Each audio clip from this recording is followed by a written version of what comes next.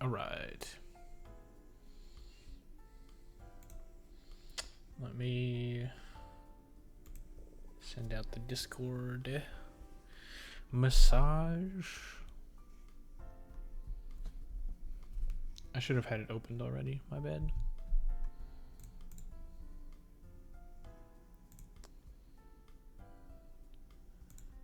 All right.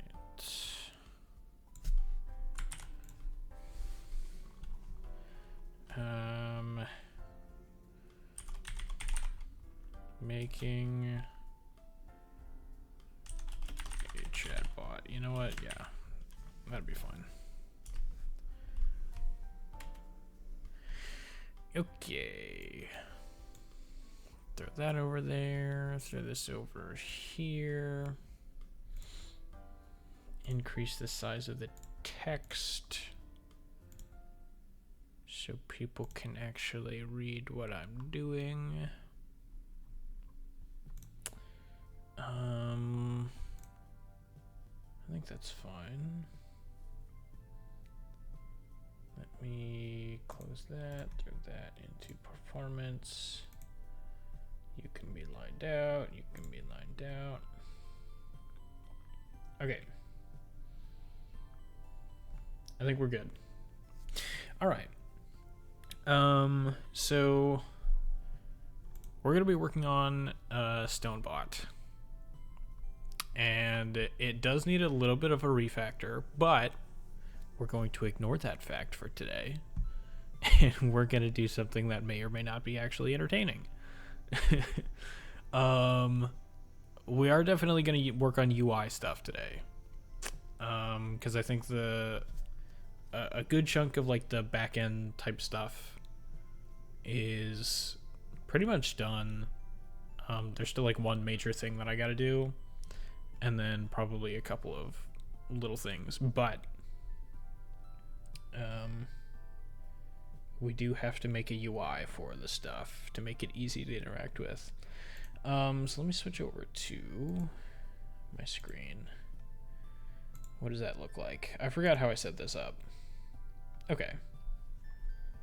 I'm gonna maybe make my face a little bit smaller here.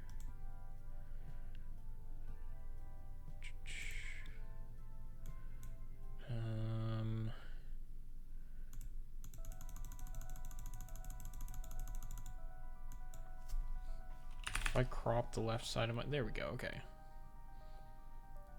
Now there's not like a bunch of random space showing nothing. All right, cool. So, I've got some background music going. Let me know if it's like too loud or too quiet. I don't have too much music. I think it's like 10-ish minutes in total. That's just looping. So like if it gets repetitive, then let me know. If you have like a non-copyright background music that's chill, and we can use that. It'll be cool. The music that I'm using right now was made by my brother, which is kind of cool. I should probably set up a thing so that you can have access to the music that I'm listening to, but let me show you what I want to do.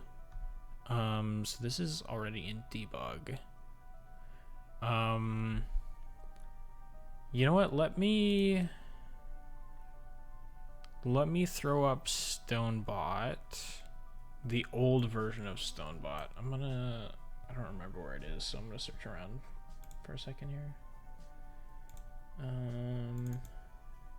Should just be in program. Okay. Yeah, so this is the old version of StoneBot. I'm gonna launch it right now.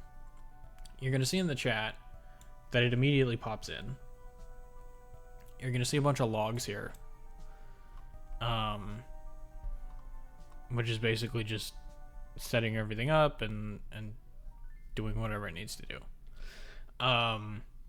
This is what it currently looks like. And I gotta say, I'm not a huge fan.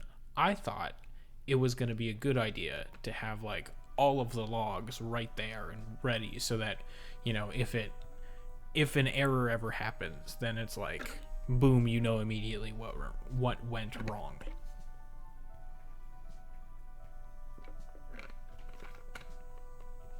But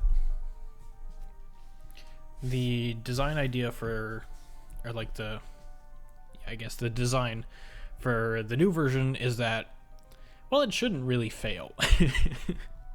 If something does go wrong, then, you know, it should try its best to recover. And if it absolutely can't, then, you know, that must have meant that something catastrophic happened. So, the idea with the new one is that we're just going to get rid of this tab here, the logs tab, altogether. Because if everything is going correctly, then you don't really need this. Now, we are going to keep logging in general, for sure, because, like, it's really helpful for debugging stuff. But, yeah, we don't need this in the UI. The commands tab, this was, like, kind of interesting. But you can, like, enable and disable commands by using the buttons over here. You can like edit who is allowed to use the command, and you can change the delay. So like nobody can spam the command.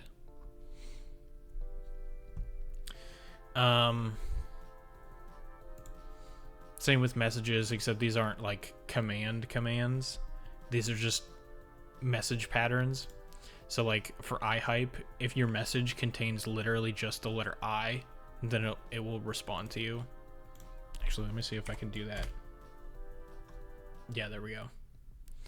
I actually have to, well, I'll do it in the new version, but like I should change that so that it uses the actual emote. Anyway, so that's what those do. Timers, I've just got the quote timer. I'm pretty sure this is seconds, and the use delay is milliseconds, which is probably information that I should have in the UI, right? Like, this is not very good design. But I just threw it in there real quick. The other thing is that this UI uses Godot or Godot, however you want to pronounce it, which is a game engine, and the only reason I'm using it is because it's really easy to make UIs. At least I've found it like super intuitive to make. But for something like this, it's obviously not ideal, because this is just a chatbot. It's meant to be relatively lightweight, so I don't need an entire game engine, you know, run in the background. It's also got this files button here. You can click on this, and it'll take you to the log files, and then you can open this up and see a bunch of stuff.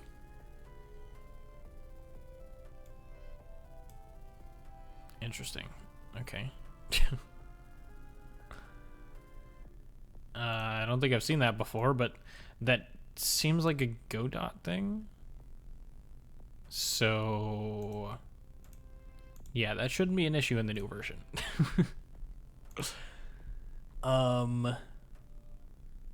But yeah, and then also like the fact that you have to switch between these tabs is like, I don't know.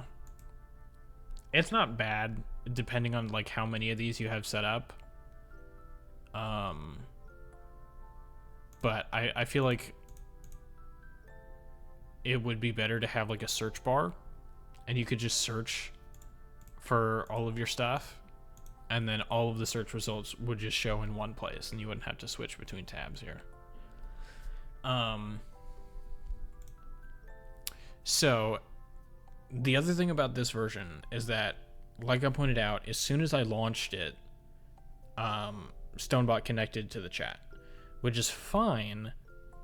But if I ever want to like configure the commands, or like add a new one, or whatever. Well, I can't actually add a new one because all of the commands are hard coded.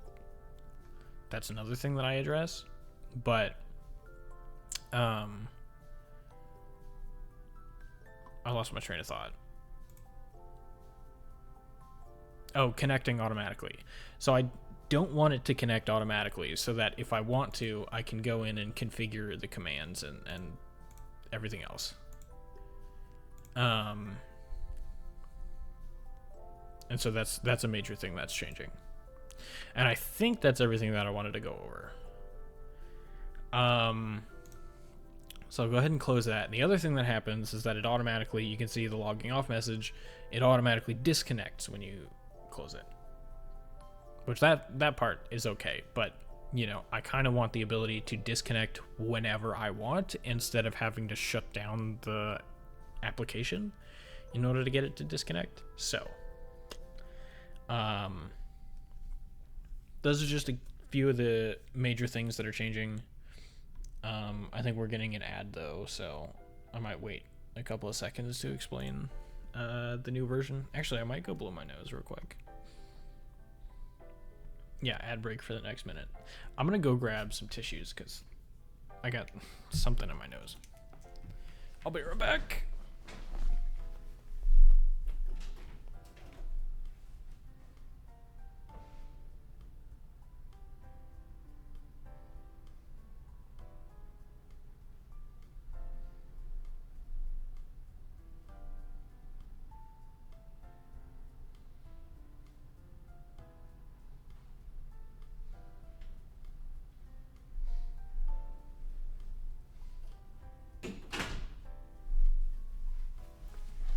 All right.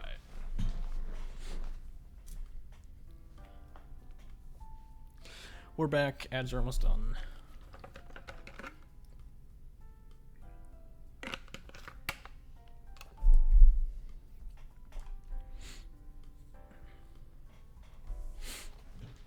All right.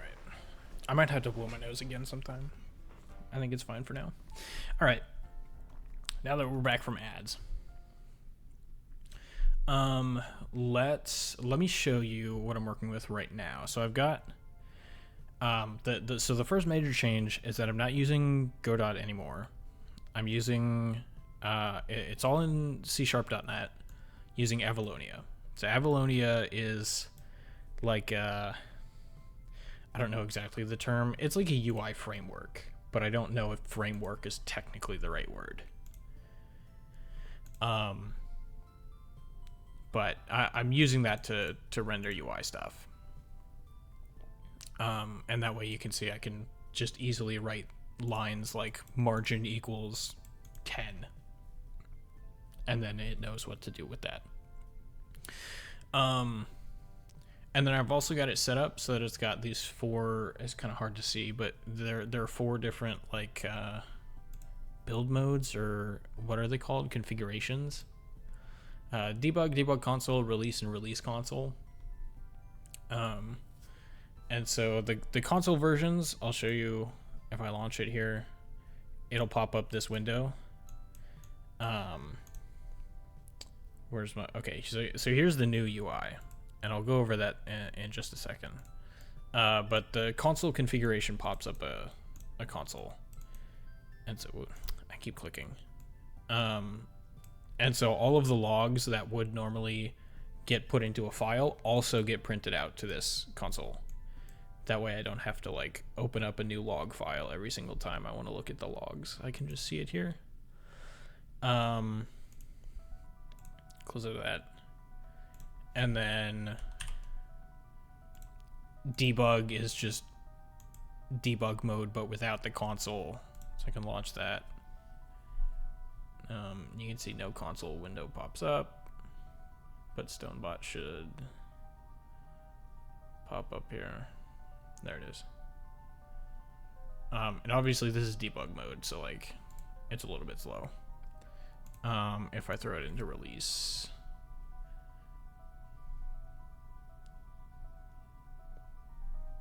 It should, in theory, be faster. Okay, yeah.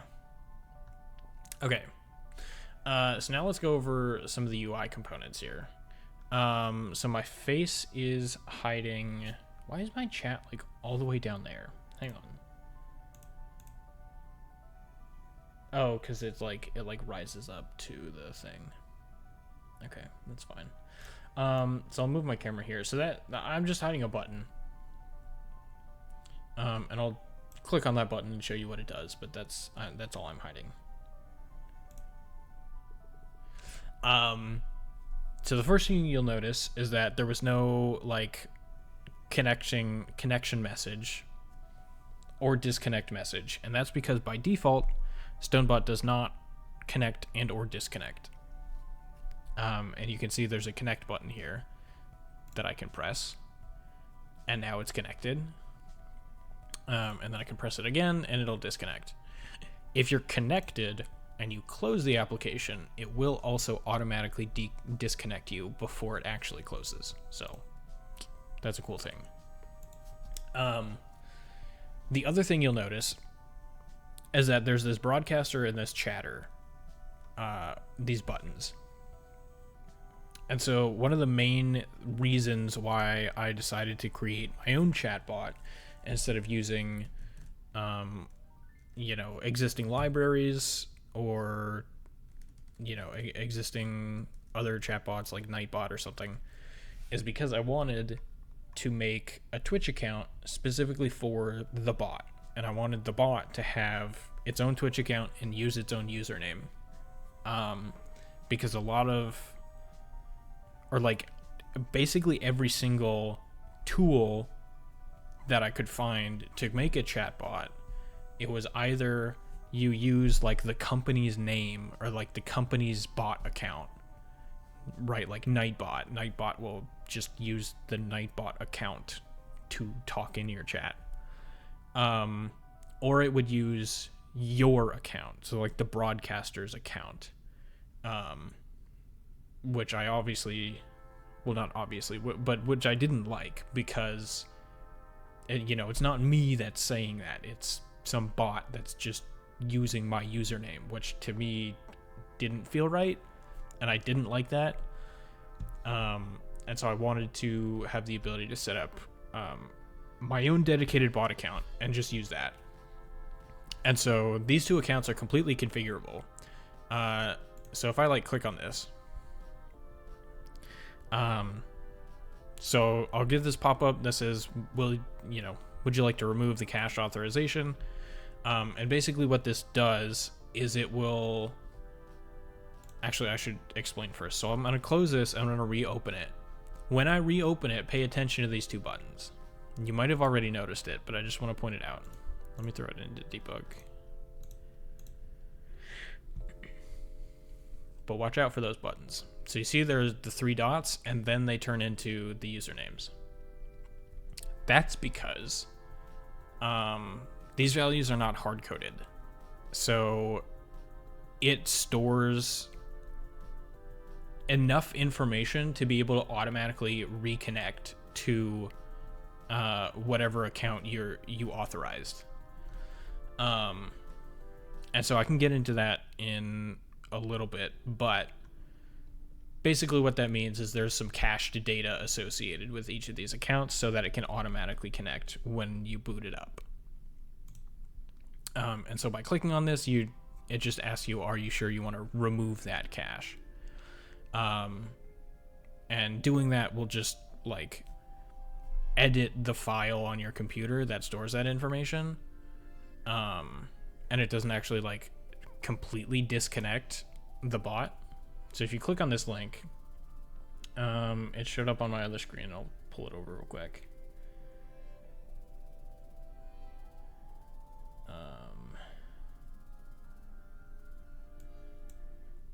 So I'll throw it up over here. So you can see I've got Stonebot Chatter and Stonebot Broadcaster connected. And these are basically like all of the applications that I've approved can interact with my Twitch.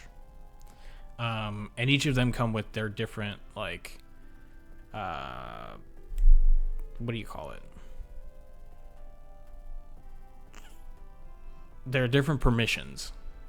And you can look at the permissions. And I might show that in a second. But point is, like, if you want to fully disconnect your account from Stonebot, this is where you would have to go. And you can just click the disconnect button.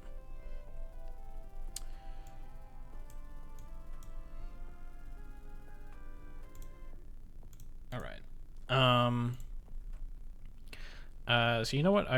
I'll click OK. And so then it'll say click to authorize.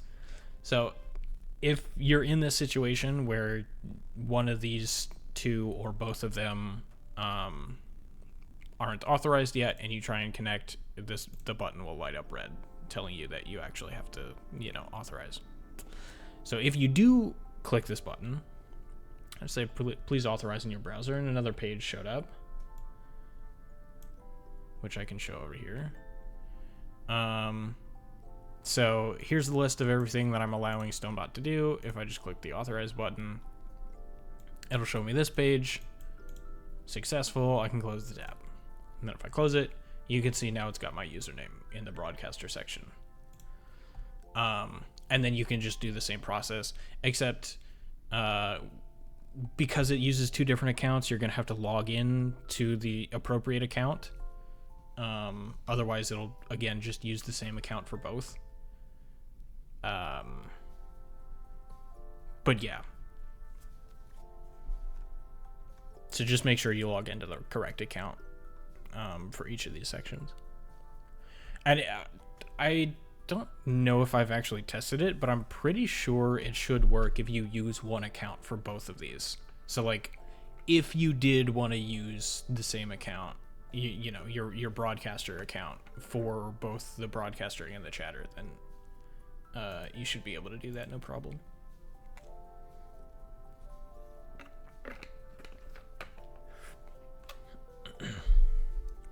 All right. And there are error messages that pop up if any of that stuff fails. Like if you cancel, you know what? I can show that actually. I'll click to authorize. And then if I go over here and I hit cancel, it'll say authorization failed. It didn't contain an authorization code because the authorization code is the whole point. That's why I have to do this authorization process. See logs for more details, and then you can close the tab.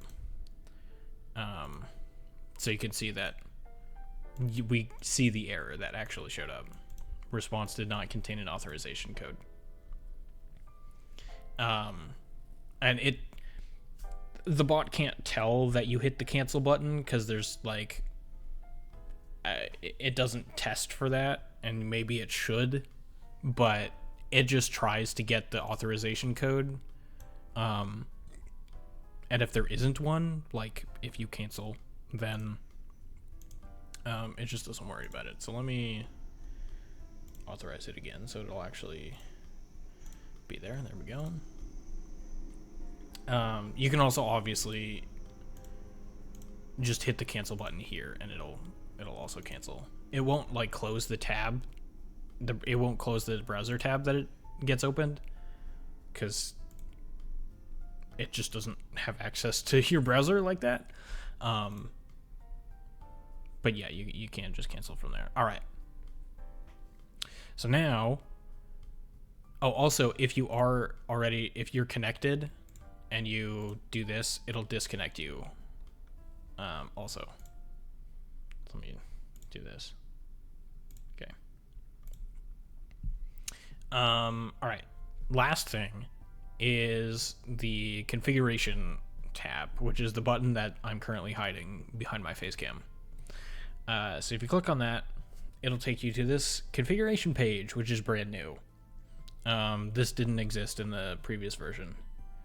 And let me actually move my face cam again because I'm hiding the cancel and the save button. I'll go over those in just a second. So broadcaster client ID, broadcaster client secret, chatter client ID, chatter client secret. So each of these settings has a little question mark next to it. You can click on that and it'll show you a pop-up. And oh, I still have it pointed to my GitHub. Okay, that's fine. But in theory, so this version of Stonebot is the same GitHub page or same GitHub repo, but it's just on a different branch. So like the current main branch is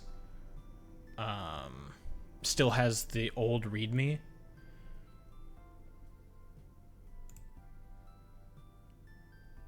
And that's weird that it didn't work. I had to hit the refresh button. But yeah, so like here's the current README, and it tells you how to set up like the 2 different Twitch accounts.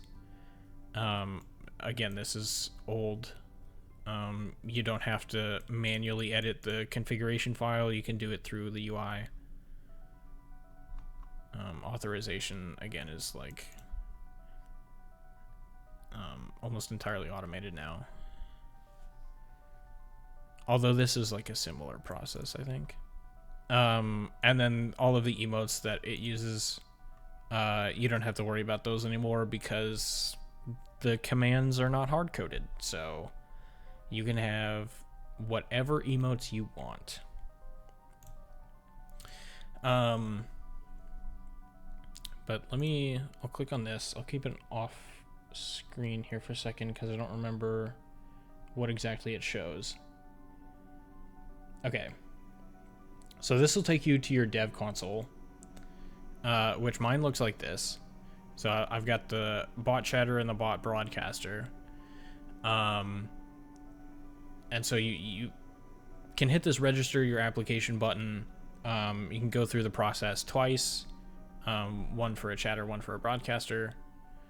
And then it'll give you an ID and a secret, and you can just copy and paste those into these fields. And these fields are always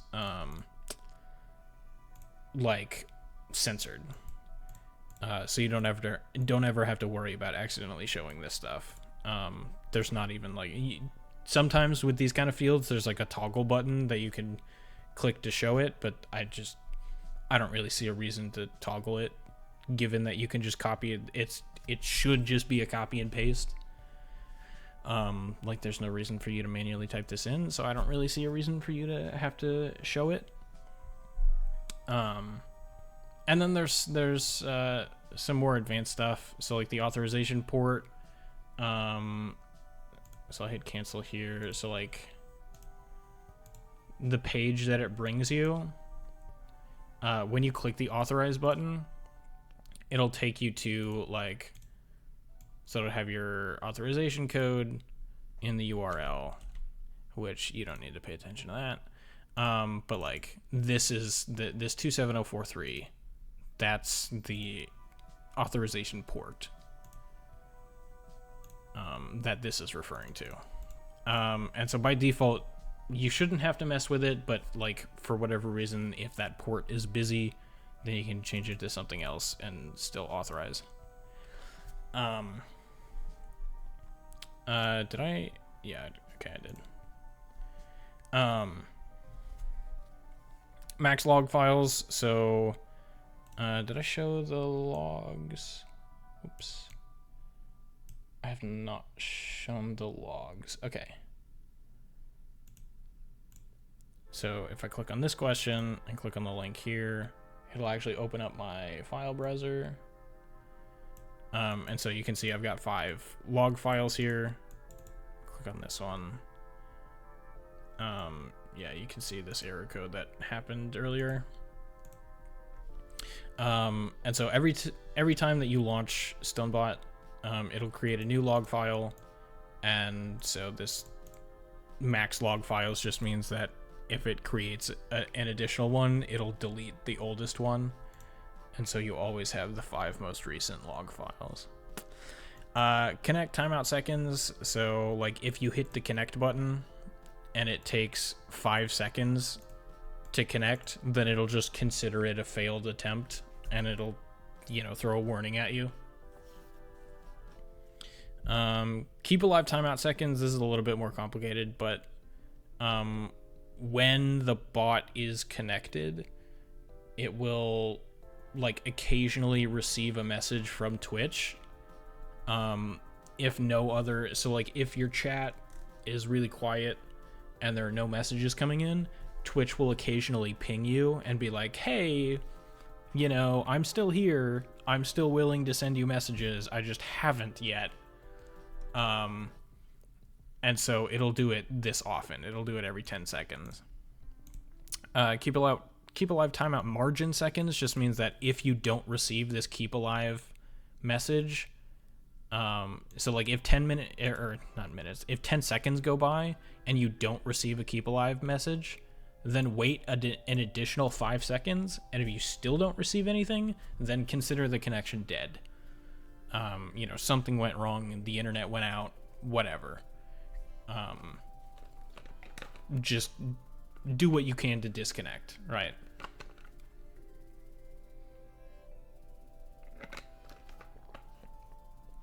All right. And then obviously the save and cancel button. So if you do make a change, so like if I set this max log files to 10, yeah, let's do 10, and then hit cancel, and then I go back in, you can see it did not save. If I up it to 10 and then hit save, and go back in, now it's 10. But I do actually want that to be 5, so I'll do that.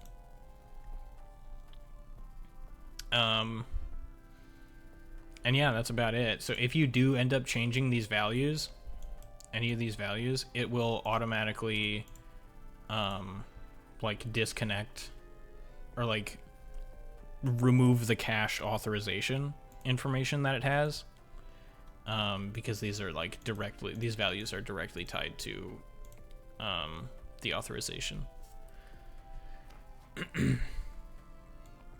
So let me go back up here. All right. And that's about it. So that's all we have for now. It does have the ability to like have commands, but there's no UI for it. Excuse me. And I'll show you sort of what that looks like. Oh, there were ads going. Oh, I'm dumb. Okay. Hang on. Let me show you what I did during the ad. I don't remember if I showed it or not. But like, so I just showed the cancel and the save button. Let me move my camera. So if I change max log files to like 10 and hit cancel and then go back in here, you can see it did not save it. If I change it to 10 and then hit save and then go back in, it's still 10 now. And if I go back down to 5 because I want it at 5, hit save. Yeah, now it's at 5 again. And then the other thing that I mentioned is if you change any of these 4 values, the IDs or the secrets, it will automatically remove the cached authorization data for you. Because that information is, the ID and the secret are directly tied to like the authorization required. All right. So executing commands. So the back end for this has been basically all put together. The way that it works now is that instead of commands being hard coded, you create scripts, and the scripts are in Python, and I'm using a package called IronPython to execute the scripts in like the sort of .NET environment. I don't think that's like a super accurate way of phrasing that, but let me open up this. So like this is the interface. This is a script interface. So it takes in as one parameter the all the data associated with the chat message. It also gives you the permission level of the user that typed the chat message. So if I open up that enum, you can see it's just viewer, VIP, tier 1, 2, 3, subscriber, moderator, and broadcaster. And so this is like the order, the hierarchy, right? The viewer is like the most basic, and the broadcaster can do literally everything. And then yeah, this is just a helper function to get a user's highest permission level. Or was I? Script interface, that's right.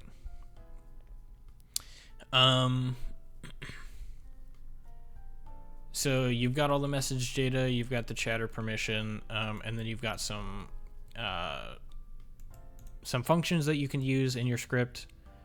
So log just uses like Stonebot's logging features, which will send the log to both the console if you're in the console configuration, and it'll send it to the log file, as opposed to like print, which, because it's a Python script being run from within Stonebot, print doesn't do anything. So I've got these things, these log warn, and log error. Log warn and log error don't really do anything different than log, other than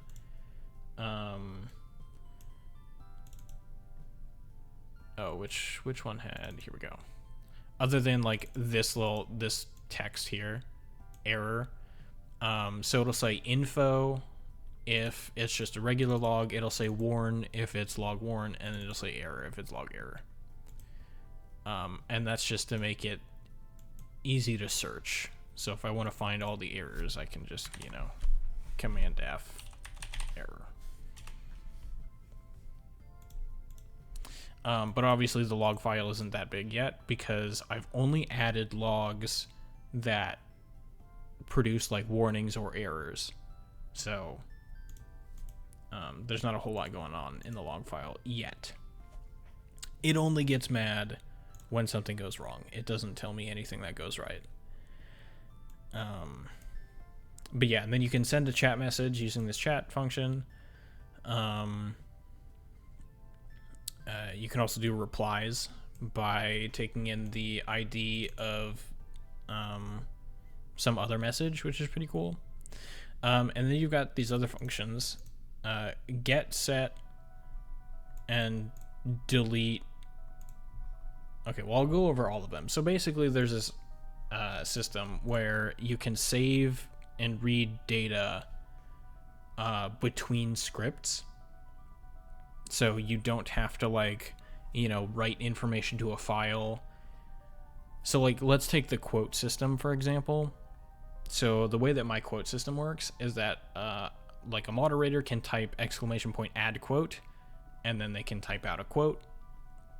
And it'll get added to a list of a bunch of quotes that I've said.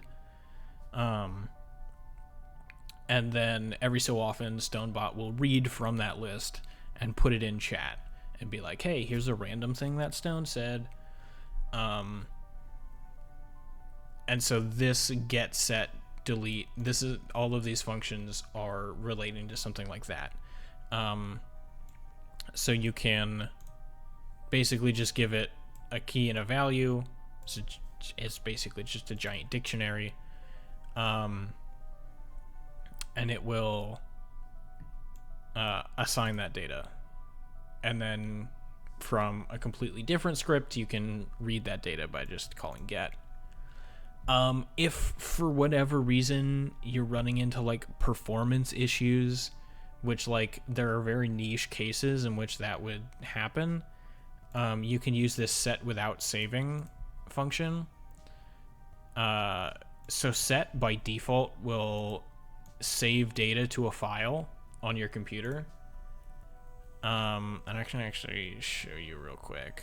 So this is just the test script that I've been using, but custom data.json is where it would normally save your data.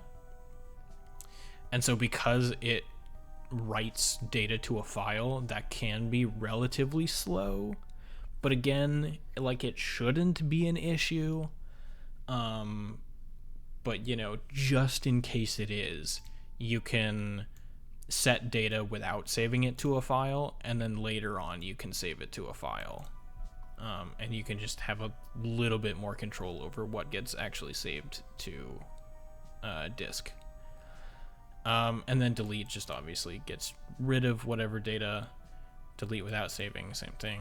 Has just returns a Boolean as to whether or not it has certain data. And that's about it. So that's the interface that you get to use. So like I kind of showed before, so this is my test script. Again, it's a Python file. And you can see that I've got like stonebot.chat. So if I go over here, that was this function. Chat takes in a string and an optional string of the ID of the message you want to reply to, which in this case is the original message ID. So you can see message data.message ID comes from this message data. And then you can just get the message ID. Drop reason will not be none if for whatever reason like the message came through, or like the chat message came through but there was some issue actually like giving you the data. So I just checked to see if that's the case and, you know, log some information based on that. Oh, that's the other thing I should mention about these log functions is that they take in this params keyword basically means that you can give it as many parameters as you want and it'll just automatically put them all into a list of objects. Excuse me. So I can do something like this where I give it a string. Argument 1 is a string, argument 2 is whatever this code is, and argument 3 is whatever this message is, and it'll print all of those out, or it'll put all of those in the log file and just separate them by like a pipe character.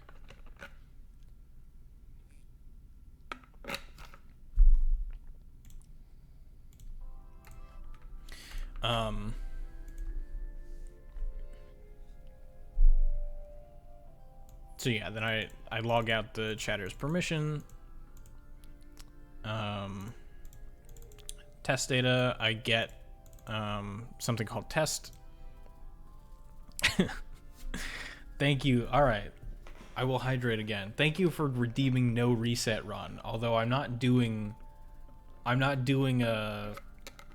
any kind of run today, so.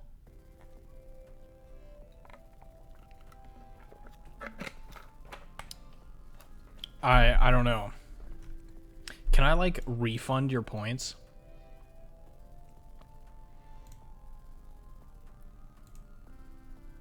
Report. Yes, you can refund. I have to find the button to actually do that. Because I'm not seeing it.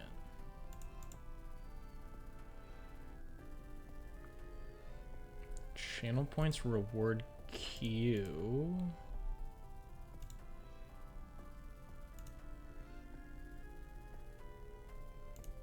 Manage reward request. No reset run. Reject. Did that work? Did it give you your points back?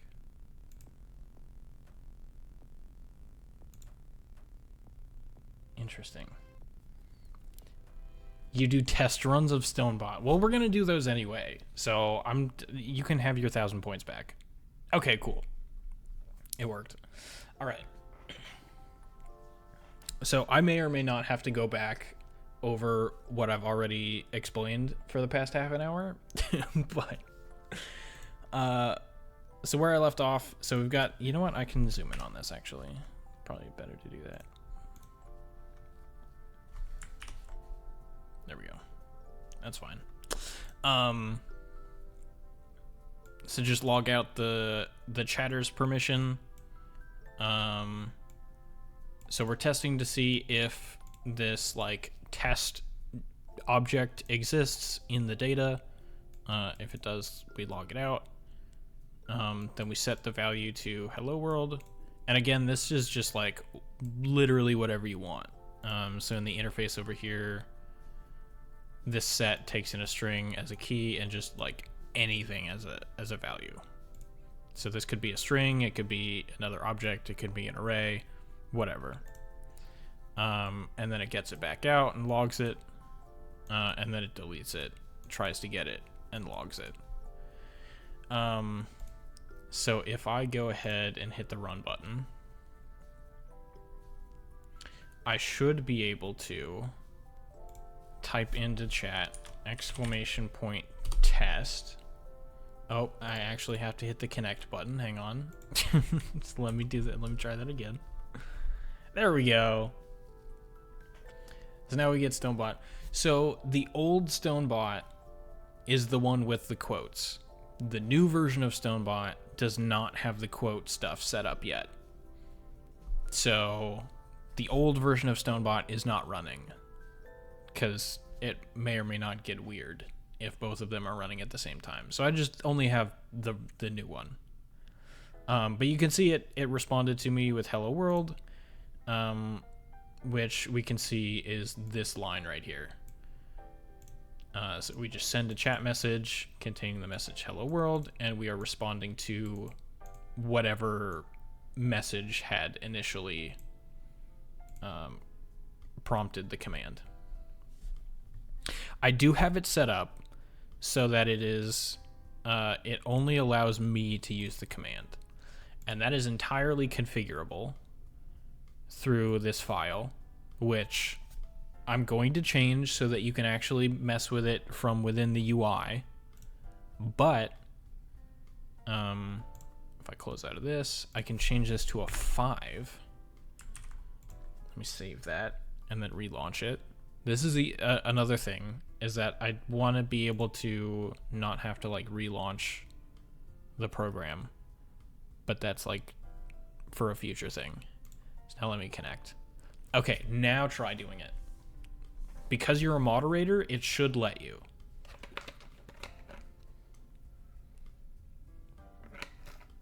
And if it doesn't work, I might cry, because I haven't tested it. Hey, there we go.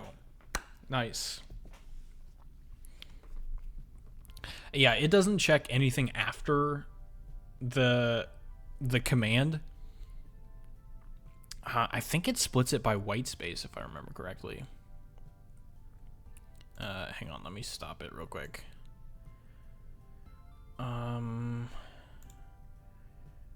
Chat message handler. Is it WebSocket client that determines if it is a command or not?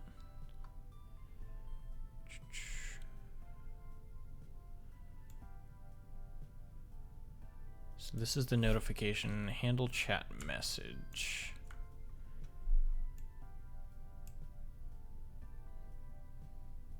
Okay, so it checks to see if it starts with an exclamation point, and then try use command does what with it? Get command keyword. Okay, yeah, I guess it just... It looks at everything after the exclamation point, and if it ever finds a character that's not a letter, then it cuts it there. Is there not a better way to do that? This looks weird to me, but whatever. I guess that's what it does. It just looks for letters until it finds something that's not a letter.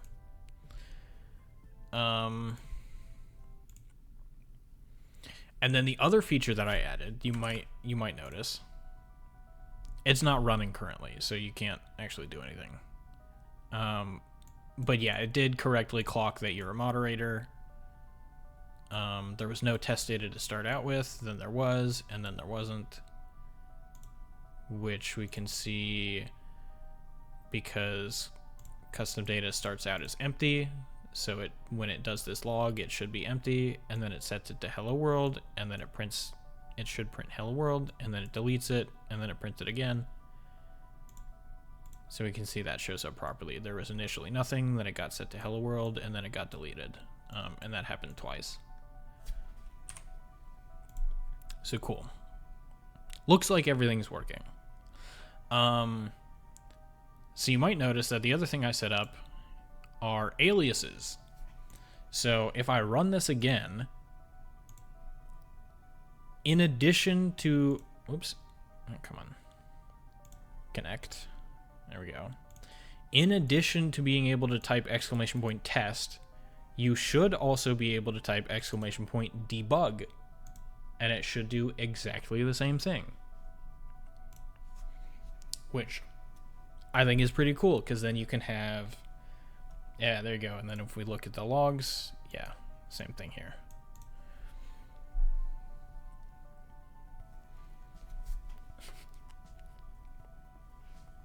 Just testing it in real time. I do actually appreciate this, because like some of this stuff I didn't even think to test. Yo, what's up, Literate? That's funny that your chat message showed up here. I forgot I added that part.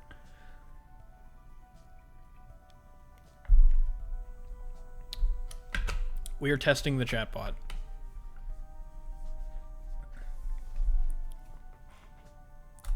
But yeah, sort of as I explained earlier, I think before anybody was here,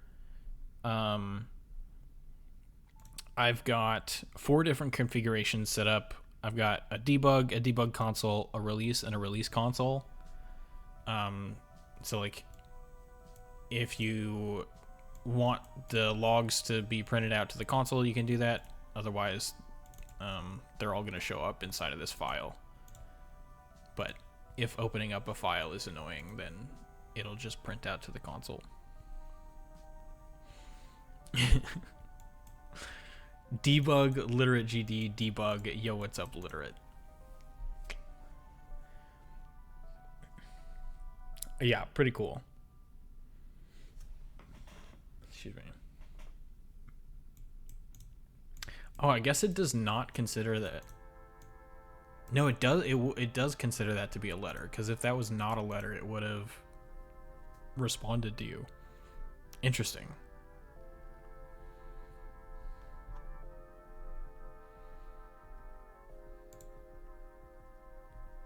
Interesting. But yeah, it looks like ads are running right now, so I'll take a second.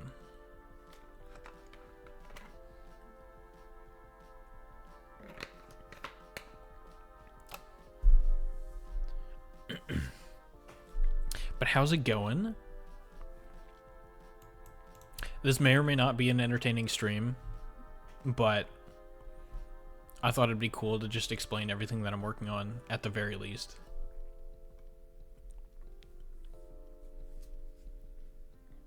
I realize I asked that question specifically because I'm waiting for the ad break to get over.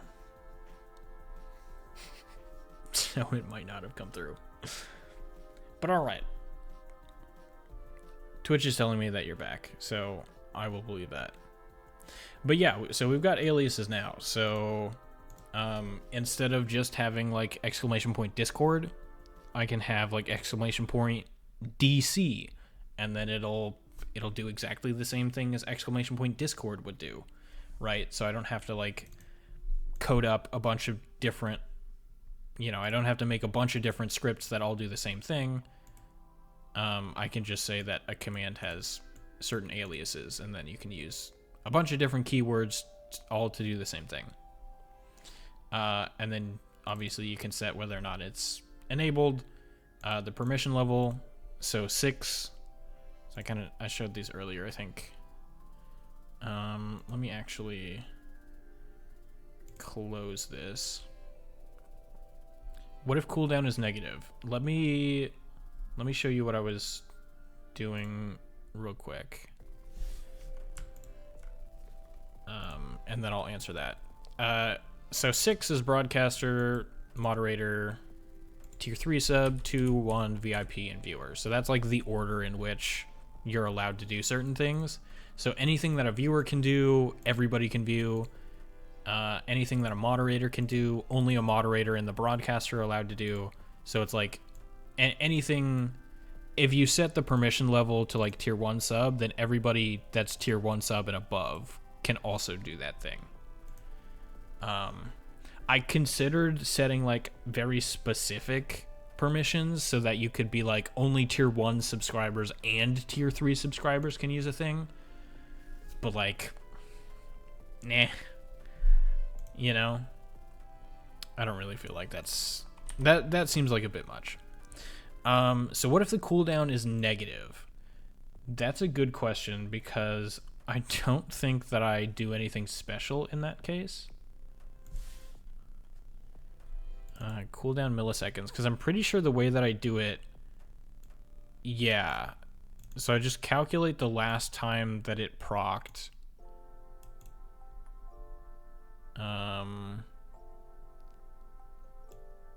Yeah, so I just add the number of milliseconds. So if the cooldown milliseconds is negative, then it's effectively the same as setting cooldown milliseconds to 0.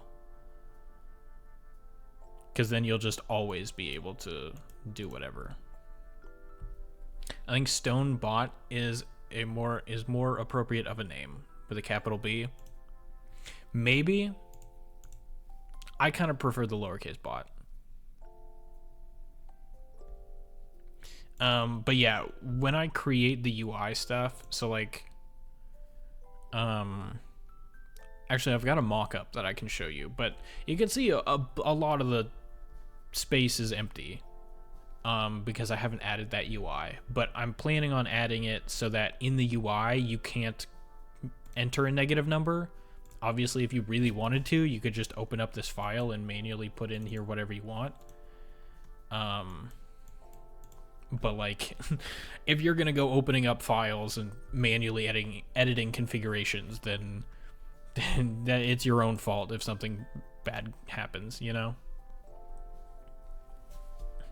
Stone Bot, lowercase s, uppercase B.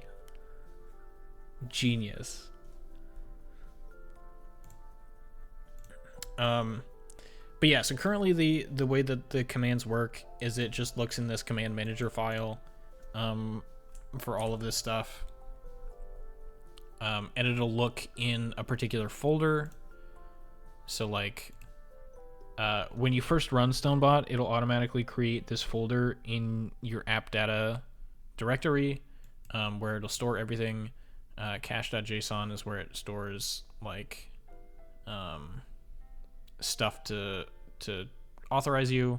Command manager is what I have open. Config is where it stores everything that's on this screen, which I don't think I showed this off before anybody showed up. I think maybe, I don't remember if you guys have seen this. And then custom data. So in the scripts folder, commands folder, so everything in the command manager JSON, so you can see there's this name test, so it'll search this directory for a file that matches the name. So it'll search for test.py, and if I change this to whatever, then it'll look for a file called whatever.py, and if it does not find it, then it just won't, it'll ignore it basically.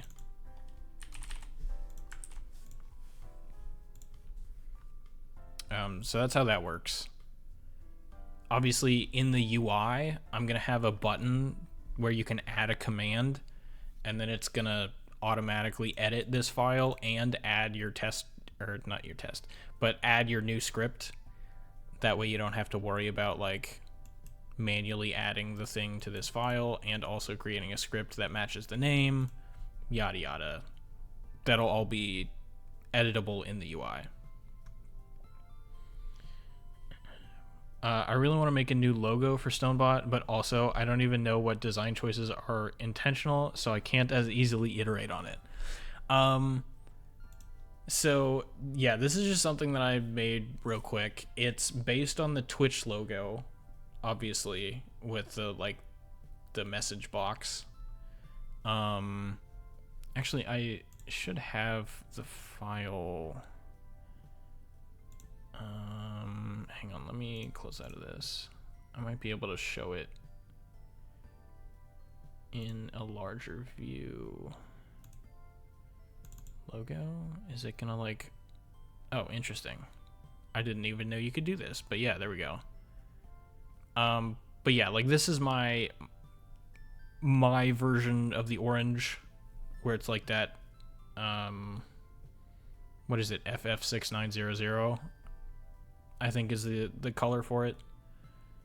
The blue, I don't remember why I picked blue, but it's blue. He's got glowing eyes and a glowing mouth. And then, yeah, just the speech bubble is based on the Twitch logo. So those are the design choices. If you want to make a new logo, go for it. I don't really have any size requirements. I don't even remember how big this one is. Does it say 64 by 64? Okay. It doesn't have to be 64 by 64, but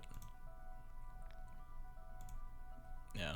I do need both a PNG and an ICO file if you want me to use it. All right, so back to the scripts. The other thing is that you can see I have this nice highlighting. You know, the functions are yellow. The word StoneBot here is green. And, you know, it doesn't throw any errors at me. The reason that it does that is because I have Python installed. I currently have Python 3.13.5 installed, which gives me some of the syntax highlighting. Type hints, though. So, like, the way that it works is that it, what's the word? It injects the interface into the script and then runs it. Which means that if you're just like editing it in an IDE or a text editor or whatever, and you know, let's just say we remove this, we're gonna get all these errors, right? Because the Python version that I have installed, it doesn't like know what StoneBot is. It doesn't know that it's eventually going to be injected before the script gets run, right? It just thinks, oh, this is a word that I've never seen this thing before, so I don't know. Which is why I've created this StoneBot directory with this init.pyi file. And so this is effectively all of the type hint information that's needed in order to use like all of these functions. It doesn't have like any code in it. It's literally just, hey, here's the name of the function and here's the parameter that it takes, or like here's the data type that it takes. I can just hit the undo button actually. So if I do that, then, you know, my text editor is happy and it's like, oh yeah, I know what this StoneBot thing is. It has a function named chat, which takes in a string and a message ID, and it's all good. But obviously, if I don't have this if statement here, I say obviously, but that's just a filler word, so ignore me. If I don't have this here, this is still gonna work, but what's gonna happen is it'll try and inject StoneBot, you know, like above my code. And then it'll import StoneBot here, which will effectively overwrite the object of StoneBot with all of this stuff, which again doesn't have any actual code in it. Which is why I have this if statement here. Whoops. So that we can check to see, has StoneBot been injected yet? If not, use the type hints, and if it has, then, you know, we've got all the information that we need already, so just don't do anything. So that's how I get the syntax highlighting to be nice. Now, the tool that I'm using, again, is called IronPython, which allows me to run Python code from within the .NET environment. It is specifically built for Python version 3.4. I have it in my notes. Yeah, it's specifically meant for Python 3.4.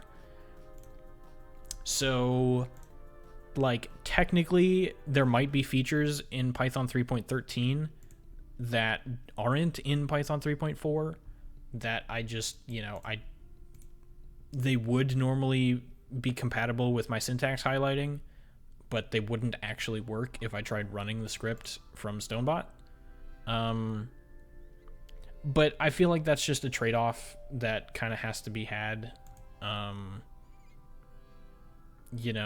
don't really feel like there's a nice alternative to having that. So, you kind of just have to deal with it. There are a couple of standard Python packages that don't work with IronPython, and that's what this link is.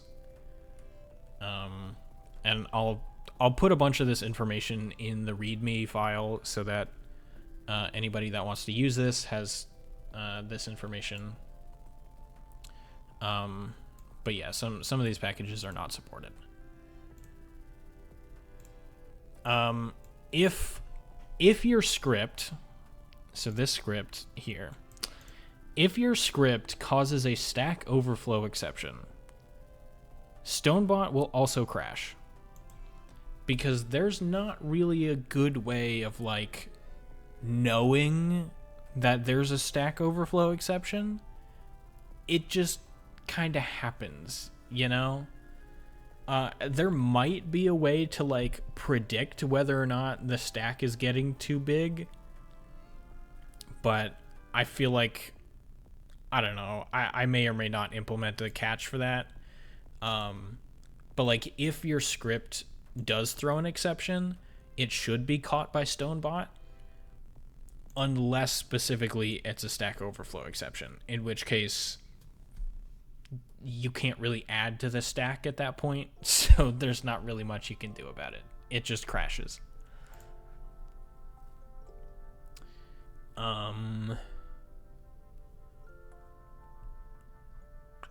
yeah, I feel like that's a lot of it. I think you guys missed like the beginning of the explanation, but that's fine.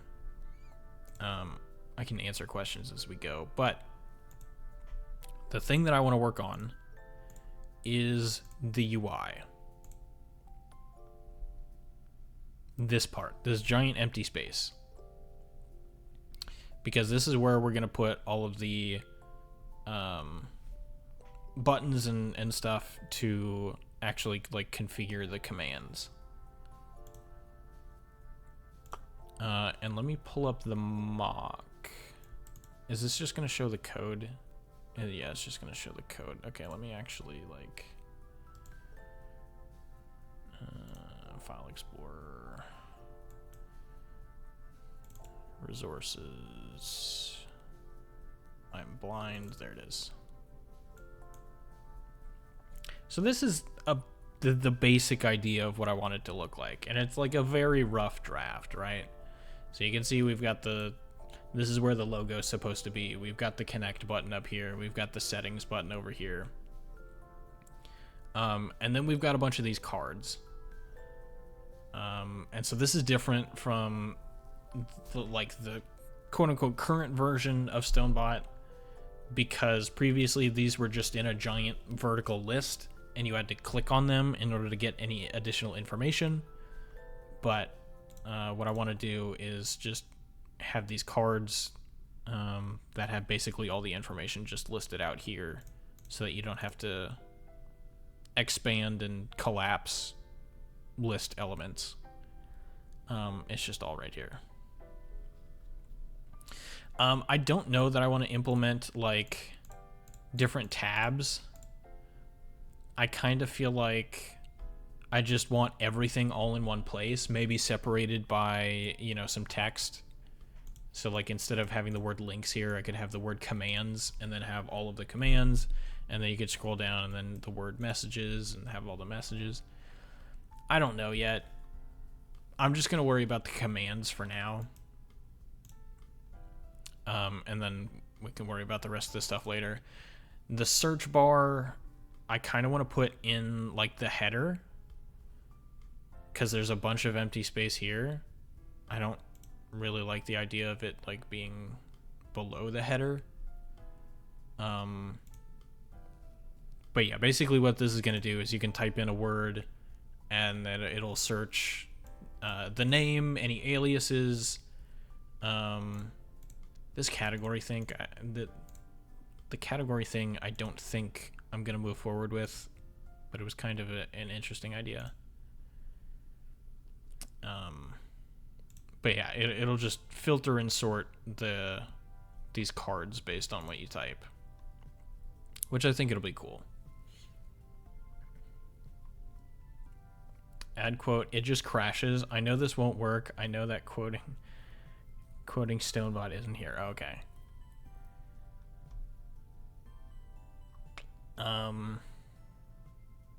Yeah, so I'm gonna have to add some UI stuff to add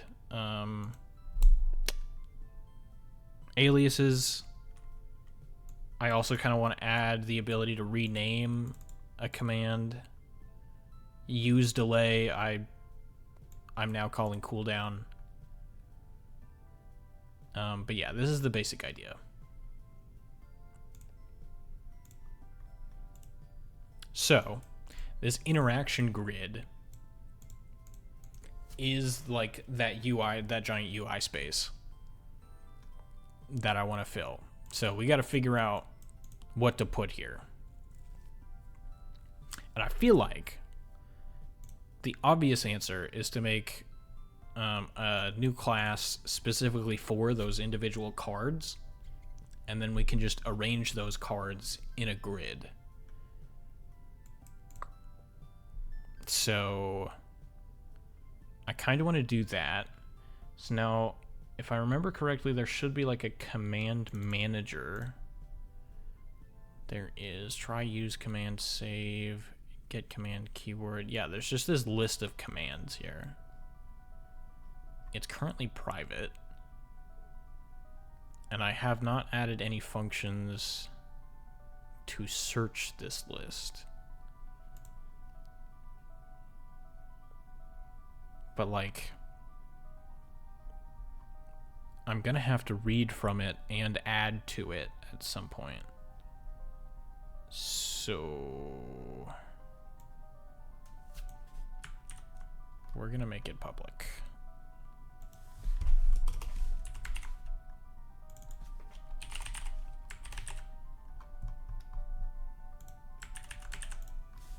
All right.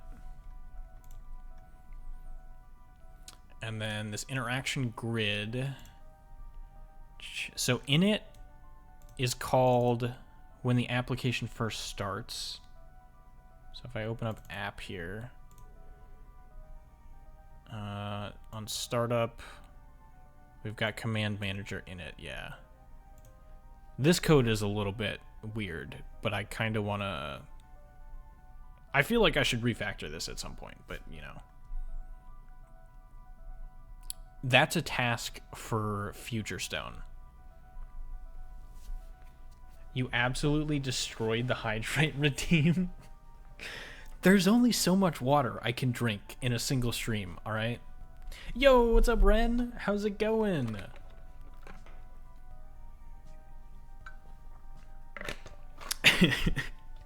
Speaking of the hydrate redeem, yeah, no, I nerfed that thing. You get one use. You gotta make it count. I have a fairly large water bottle, but like there's only so much water I can drink. Just got back from lifting and interview. Yo. Nice. What kind of job was it? If I can ask. If you're not comfortable, that's fine. Interview's huge though. Congrats. But yeah, this like the fact that I'm calling utils.try else error 5 bajillion times is not great. So I feel like that needs to change. But we are initializing the command manager as soon as the application starts. Which is on a different thread, right? Yeah. The most interesting one in the universe. Titles with airplanes? Titles with airplanes. Airplane sounds interesting. I don't entirely understand what that means, though. I'm going to be honest. A car title. Oh. Interesting. That actually does sound pretty cool. Yeah. Well, I'm hoping you get it. It sounds pretty cool. Okay, so the issue here is that when the application starts, fire startup. Yeah, so this is happening on a new thread because of this task.run. So, like, the initialization of the interaction grid and the initialization of the command manager are going to happen on two different threads. But I need the interaction grid to only initialize after the command manager. So I might...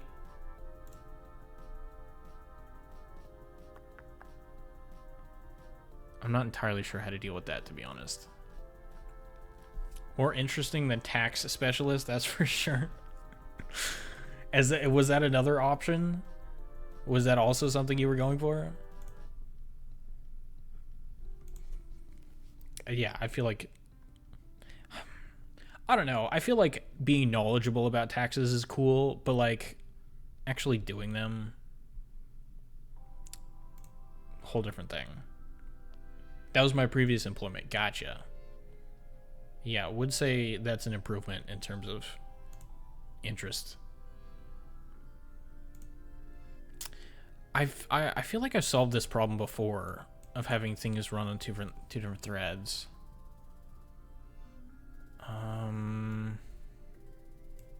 Yeah, this update users thing. Okay.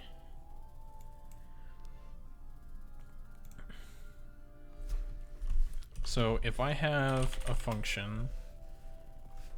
Oh, but this is... Oh, this is all kinds of weird.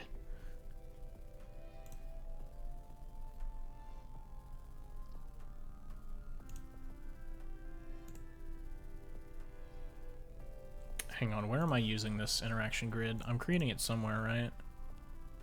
I'm creating it here in the main window.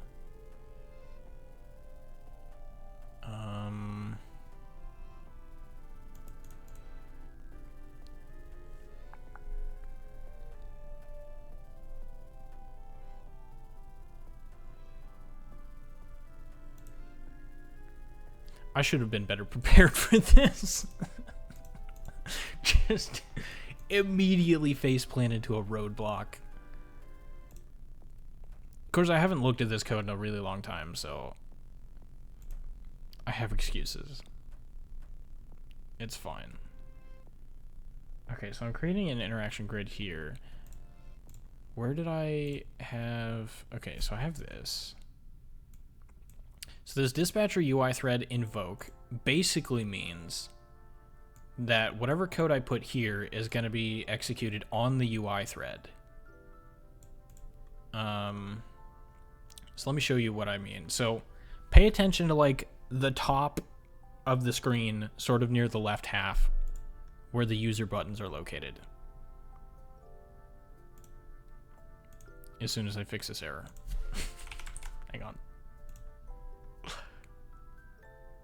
Is it gonna work now? Okay. Alright, so see these buttons here. So they were at one point just 3 dots. And then they changed to be the username of me and the username of the chatbot. So I'm doing a similar thing there, where there are 2 different things happening on 2 different threads, and one of them needs to finish before the other one. So that's basically the same situation I'm having here. And this is the way that I've solved it. So after the cache gets initialized, then I'm going back to the UI thread and I'm updating the user buttons. So I think the same thing needs to happen here, where I need to have the command manager be initialized and then run some kind of update function. Main panel.update users. I'll need to write a function for that. It's just an opportunity to learn. Exactly. Okay, so update users, I've got that function. Let me be like update interaction grid. Todo, we'll fill in that later. We've got the buttons, we've got some pop-ups. Let me add a new thing here that says interaction grid. So we can, whoops, so we can actually keep track of the interaction grid.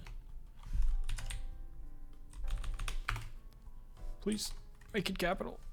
Okay, and then instead of saying body equals new interaction grid, we can say interaction grid equals new interaction grid.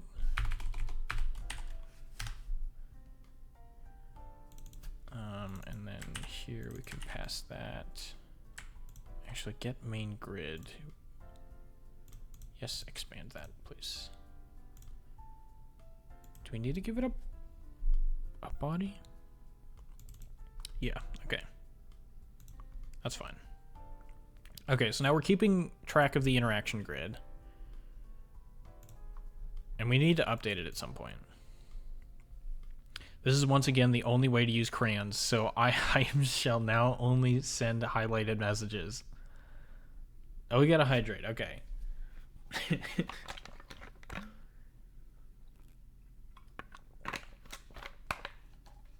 You don't have to use the crayons yet, you know? You could just keep them. You could hoard them. Also, the blue in the logo is 0069FF flipping the R&B values. That's right, I remember. That's funny.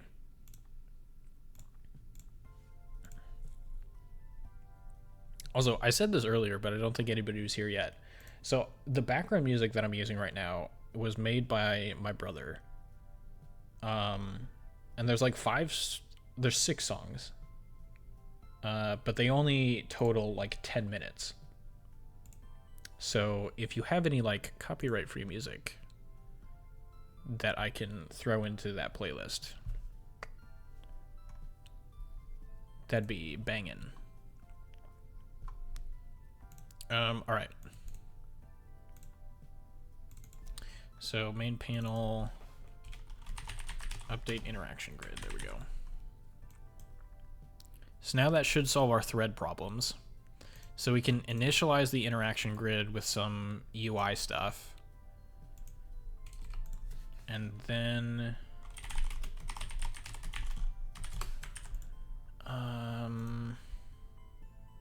update state. Update. I don't know if I should call it update or like initialize.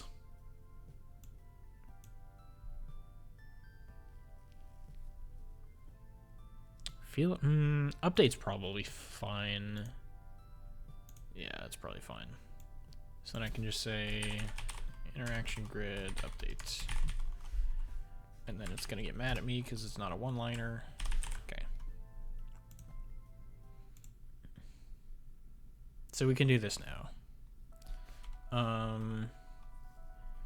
So let's just add some text. Text block. What does this require? Just a string, right? It doesn't require string? How did I use it before?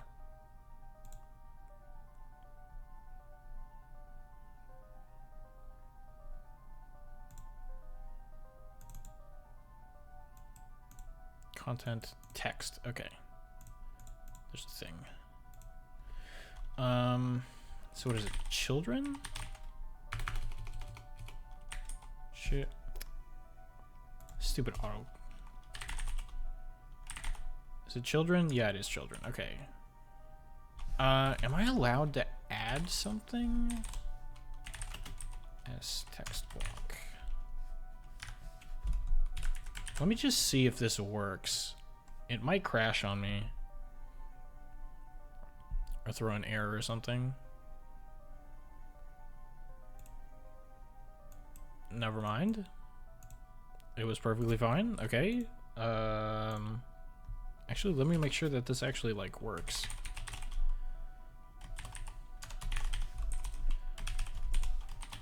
Updating interaction grid. There we go.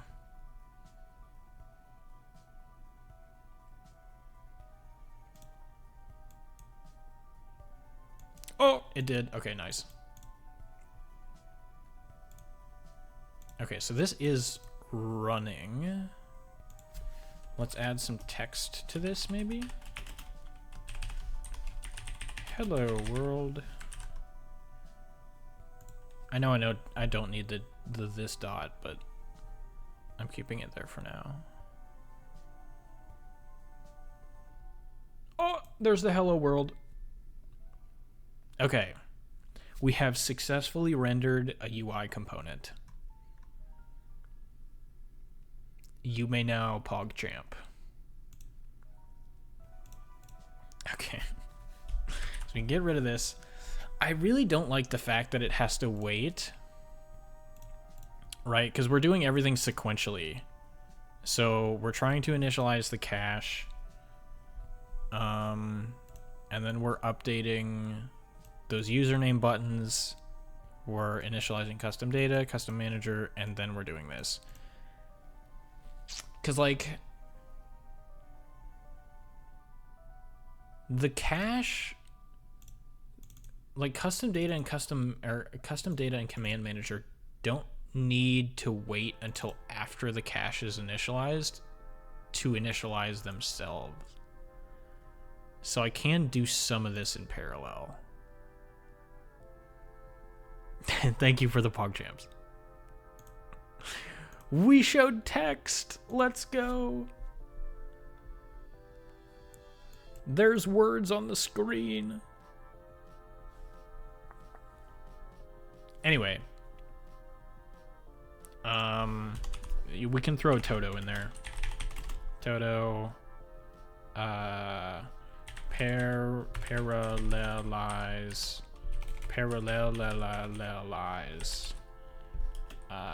Initialize init. I was gonna spell out the entire word and I gave up. Okay. So at some point we need to parallelize that.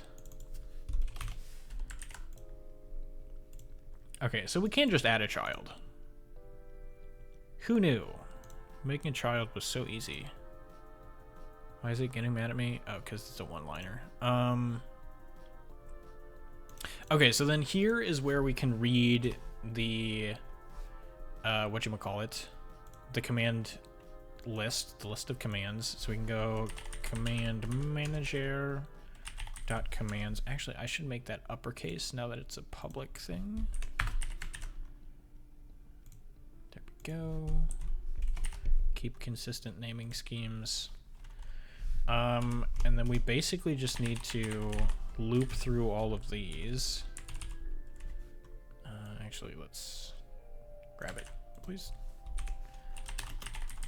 Command in all of those commands. And then we can add. Sure, just for testing purposes, we can add a text block. Say command.name.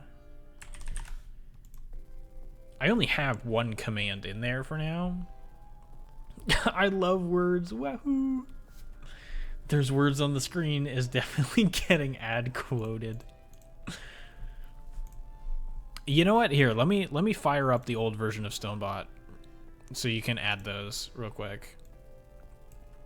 Where is it?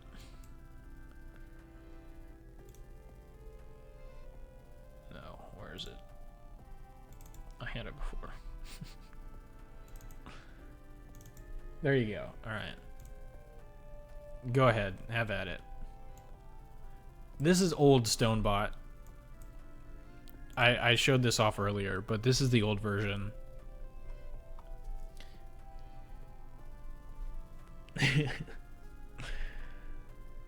It's got all the logs like here on the screen, which I decided to not do in the newer version, and then like everything is separated by tabs. So you've got all the commands in here, like add quote, regular quote, and stuff like this. I didn't like that it was all in a list, so that's why we're doing the individual cards.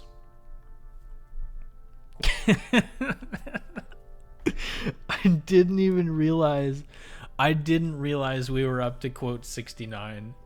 That's awesome.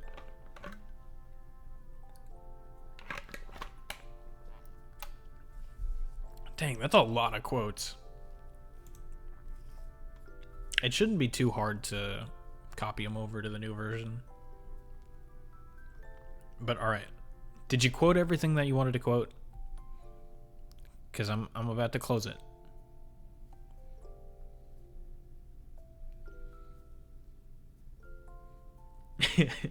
Now you see why I've memorized the quote count recently. I did not clock that, but yeah, that makes complete sense. All right.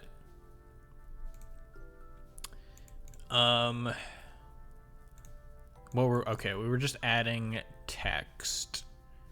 Is this even like, does this even have like a default layout? There's an ad going on right now, so I might hang on just a second.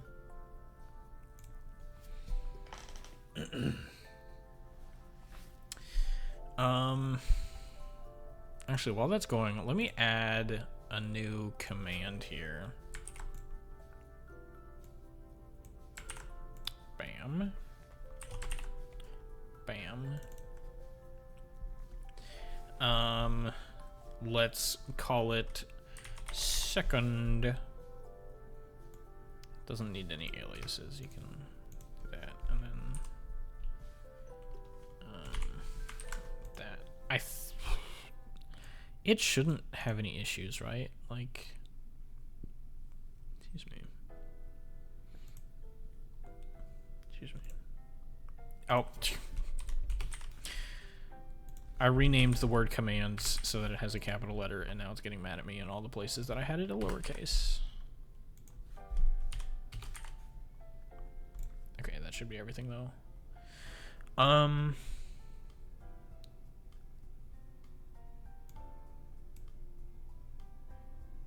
Okay, yeah, so it should just warn me if a command doesn't exist. Like, it shouldn't, or if like a script doesn't exist, it shouldn't crash or anything. I don't know, we'll see. I've added this second command in here. Let's see what happens. Don't blow up, please. Don't explode. It's fine. I didn't even get any error messages. I think I should have gotten an error message. Wait, what is it doing? Man manager file task. File.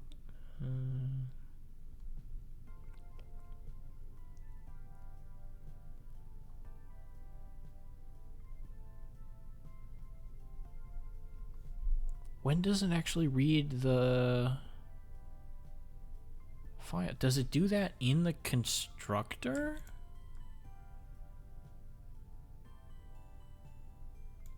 Oh, it does it in the constructor. That kind of makes sense, but also I feel like it shouldn't do that. Maybe it shouldn't do that. It's fine.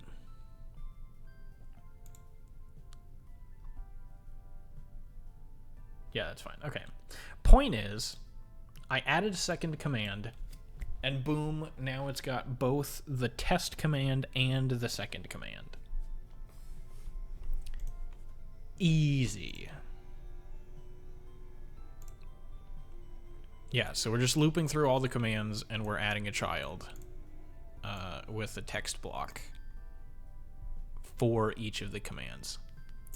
Now, this doesn't really work if there's like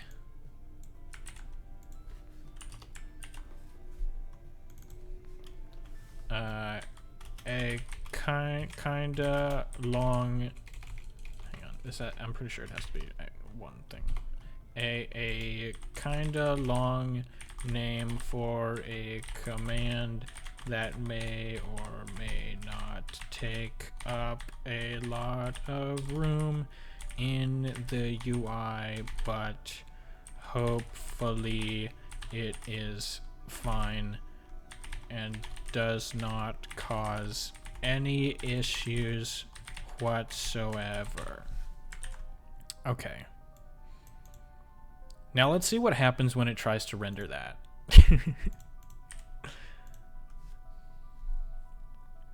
I didn't know you knew how to do this, Stone. Really cool. Yeah.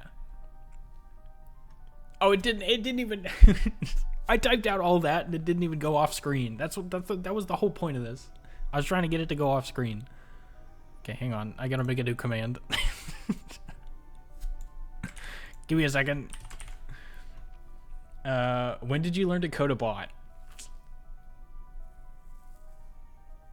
I don't remember when like the first version of StoneBot came out. Actually, did I keep the GitHub repo? Hang on. I might still have the code for the original StoneBot.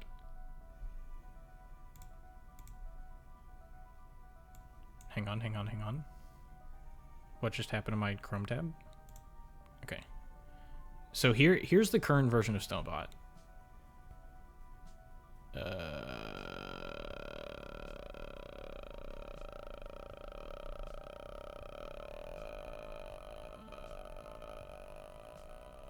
StoneBot app.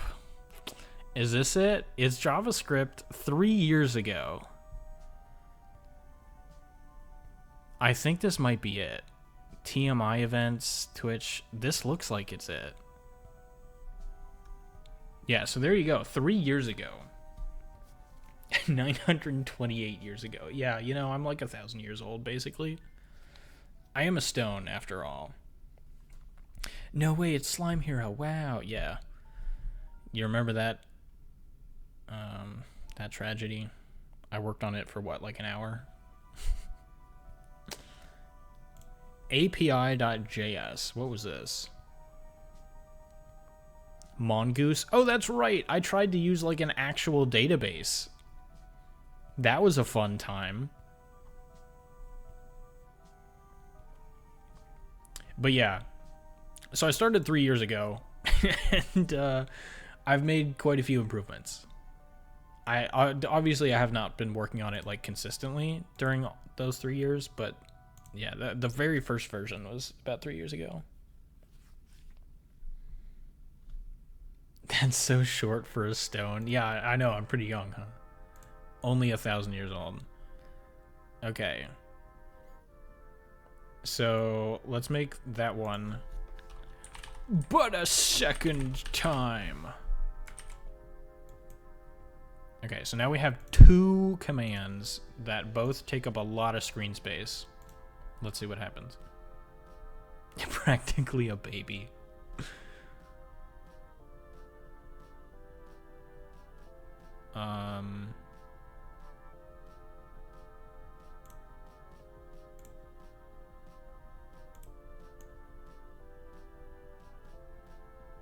What happened? Did I forget to save it?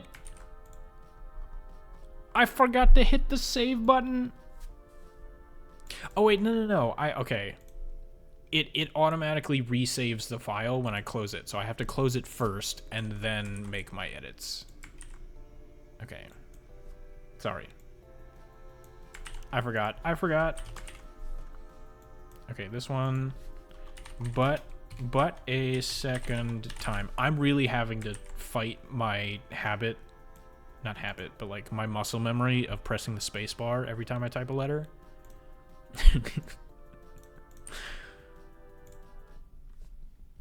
It's taking all of my mental energy not to hit the space bar. Jokes aside, that's cool. Coding interests me, but also scares me. Oh, it does wrap around.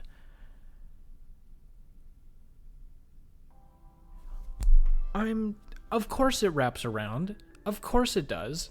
I'm using a wrap panel.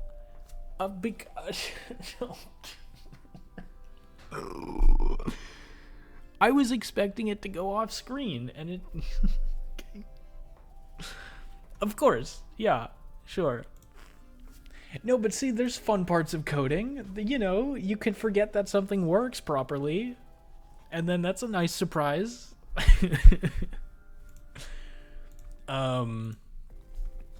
Yeah, no, I started getting into coding like literally 10 years ago. Like freshman year of high school. I came from a private school. And I did high school. I did public high school. And so like I had absolutely no idea what I wanted to do. But I knew my dad was into coding. So I was like, sure, I'll give it a shot. And then, you know, 10 years later, you can see where that shot got me. It's now my job and my hobby, so kind of worked out.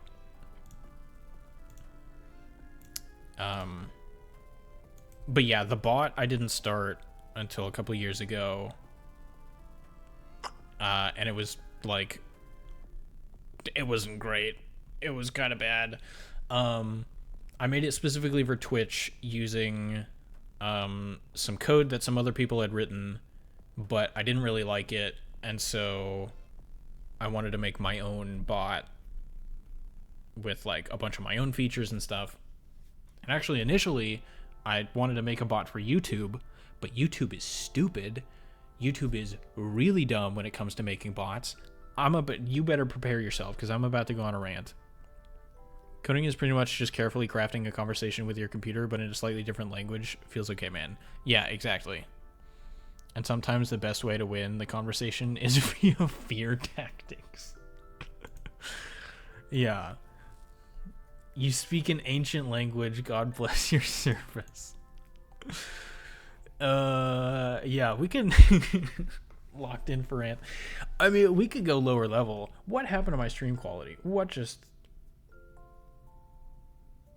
Okay, maybe that's just for me. My little preview window makes me look really blurry. Okay, I hope it's fine. Spone. That is absolutely an accurate use of that. I'm pretty sure that's the first time somebody's actually used that emote properly. It might just be the first time anybody's used that emote, period. Okay, rant time. So... the way that Twitch's API works, I saw that new. The way that Twitch's API works is it basically says,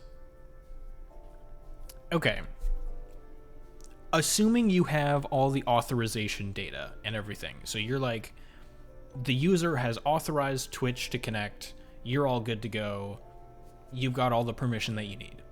Okay, so you want to connect to somebody's chat. You have to send a message to Twitch that says, hey, here are my credentials. I've got permission to do this. You know, I would like to connect to this person's chat and, you know, establish a connection. So Twitch responds and says, okay. They send you a message back and are like, all right, your credentials look good. I've established a connection with you at, you know, this information. We're good to go. And as soon as you get that message, you have to send another message to Twitch that says, okay, here's the information that I want you to send me through this connection. In this case, I want you to send me the chat information. So like you could do things like, when the user goes live, when they stop streaming, when they get a subscription, when a raid happens, all of that stuff. But in this case, we're just talking about chat messages. So I send a message to Twitch that says, hey, whenever the user gets a chat message, I want you to send me that data. And Twitch goes, okay. And then from then on, anytime a chat message gets sent in that user's chat, Twitch will send Stonebot a message containing all the data of that chat message, including user information, so like the username of the person that sent the message. It also comes with an ID number, the content of the message, any information about emotes that were used in the message, whether or not it was like a highlighted message or it came along with a redemption, or all that data, it gets sent to Stonebot. And then whenever I want to disconnect, I just send a message to Twitch that says, hey, I no longer need you to send me that data, so you can just delete that. And Twitch goes, okay. And then I can say, all right, that connection that we established earlier, I don't need that either. You can kill that. And Twitch goes, okay. So that's how Twitch works. You basically establish a connection and you wait for Twitch to send you information. And then when you want to disconnect, you tell Twitch and Twitch goes, okay. YouTube live streaming, on the other hand, they don't have such a system. The way that you get chat message information from YouTube is you send a message to YouTube that says, hey YouTube, give me a list of every chat message that has happened since the last time that I asked you. And YouTube sends you a giant list of every chat message that you have received since the last time that you asked. So okay, you can go through that list and do whatever you want. And then in order to continue getting chat message information, you have to send another message to YouTube and say, hey YouTube, give me a list of every chat message that has happened since the last time that I asked you. And then YouTube sends you the chat message information. And so the way that Twitch worked is that you could just establish a connection and wait for Twitch to send you data. The way that YouTube works is that you have to constantly be going, hey, are there any new chat messages? Are there any new chat messages? Are there any new chat messages? Are there any new chat messages? And there's no way to make that any better. You have to just keep poking YouTube and say, hey, are there any new chat messages? And that's fine. That works technically. But also, there's a limit as to the number of times you can do that before YouTube will start making you pay for it. So you can't just keep poking YouTube saying, hey, are there any new chat messages? You have to be strategic in how you do that so that you don't go over that limit. And I'm pretty sure the last time I calculated, you could only do that check once or twice every hour over the course of a regular streaming schedule. Which is obviously not great. That's not how it should be. I want all of the chat information immediately. So yeah, at one point in time, I had, set up a bunch of code, a bunch of infrastructure to have a chatbot work on YouTube, because I was ready to make the transition from Twitch to YouTube. And then I ran into that. And then I was like, okay, maybe Twitch wasn't so bad. Maybe it was fine over there. So yeah, literally that was the deciding factor. I was trying to figure out whether I should stream on Twitch or YouTube, and that was the deciding factor. I couldn't make a Twitch bot, or I couldn't make a chat bot on YouTube, so I decided to stream on Twitch. That was it. That was everything. That actually sucks big dookie. Yeah. YouTube does not have the greatest live streaming API. Twitch is pretty nice, yeah.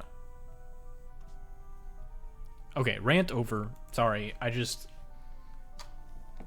And I don't want to make it sound like YouTube is terrible, because, like, the regular video YouTube API is perfectly fine. I think it's actually a lot nicer than Twitch's API if you're just working with, like, regular videos, right?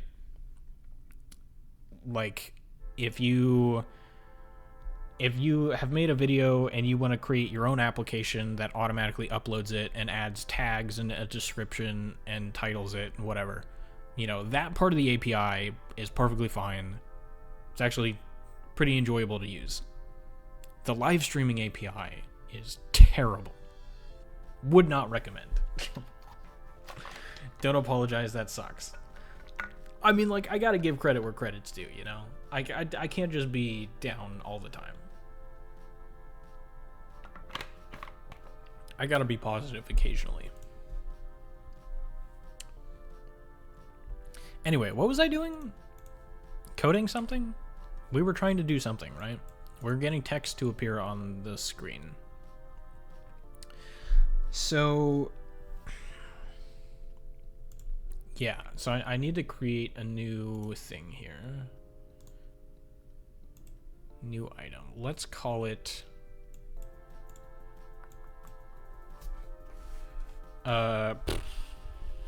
interaction and this is the hardest part of coding, is trying to figure out what to name stuff. It's like the little card that has all the information on it. Do I just call it card? I could call it like command card or something. Let's do that. Command card. That works. Okay. We've got a command card. Yay, words! Yeah, we love words. Why is this SRC? Don't do that. Did it automatically change any of this other stuff? No, okay. We're good. We're good. We're fine. Did I, like, create my own custom panel? Main panel... it doesn't look like it. I made my own pop-up. Okay, that's fine. So we can just extend from a panel.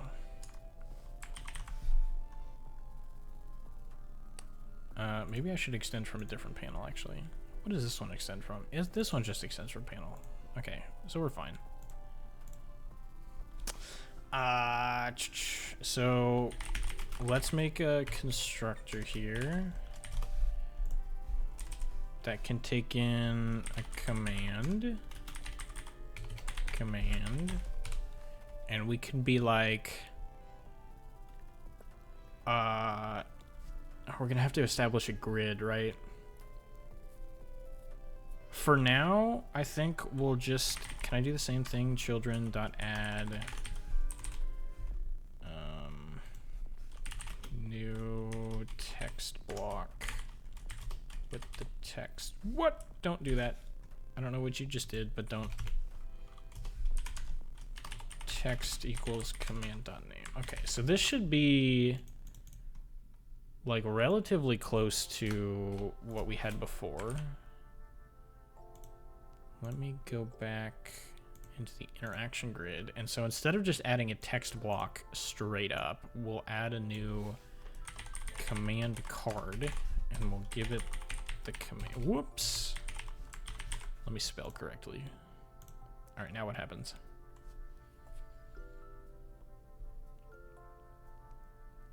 Magic?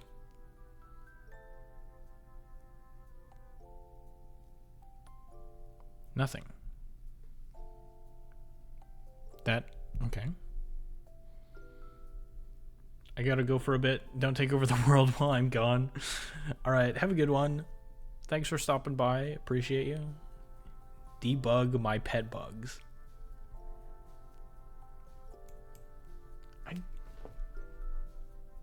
I don't think anything changed.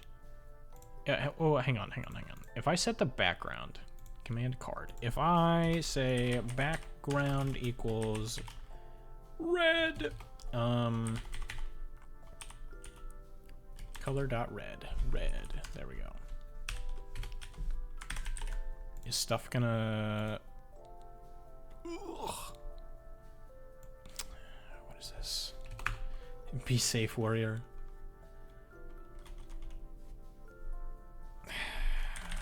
Main theme dot danger brush 1. There we go. Okay, that's gonna be some kind of red. The UI framework that I'm working with is a little bit picky. They're red. Okay, we're getting places. Okay, so it looks like there is default spacing, which makes sense, right? Because this interaction grid has a margin. Yep. Okay. That makes sense. So if I add margin to each of these cards, let's just say 10 Ds. Whoops. Don't do that. 10 Ds. They should be spaced out a little bit by a couple of pixels. They're spaced out. Let's go. Okay. My stream preview is still blurry. Is it actually blurry on stream, or is it just my preview? Because I'm actually a little bit worried. My bitrate is fine. Why is it being dumb? Hello? Quality. Auto. Looks fine. Okay. Thank you. Appreciate it. Okay, cool. So there's spacing. You are clear. Clear for takeoff. So I kind of want to make these... I want to make these cards all the same size. That way they all like fit nicely into a grid shape. The problem is some of them might have lengthy command names, like the ones that I've set up. So I'm wondering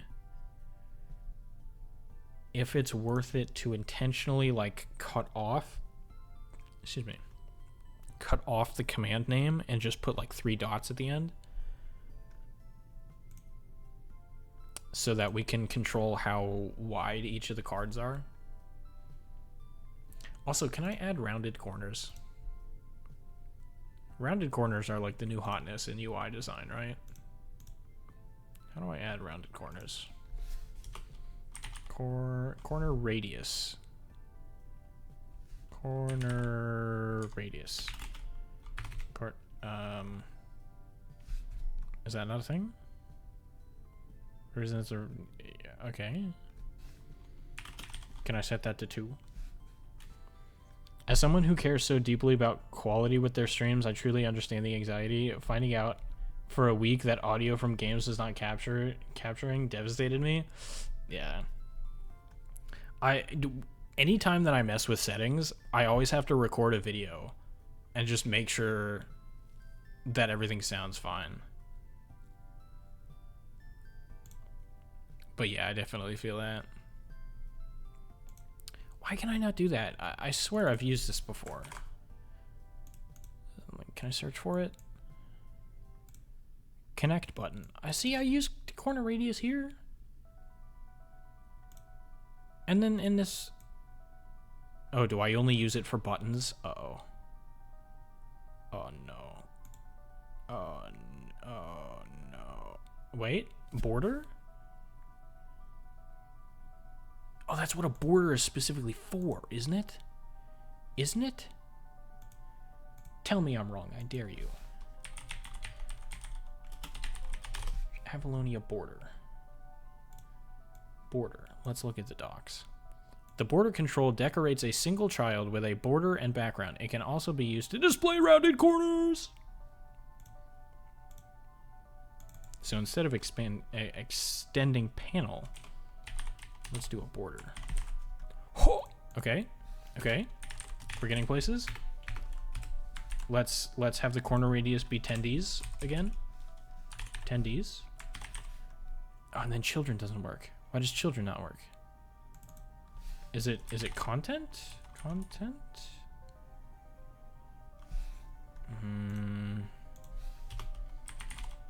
Oh, it's just one child. Okay. It's child. Just give me a new panel, and then we can add children in here. Say children equals, and then a list of dudes. Why is it getting mad at me?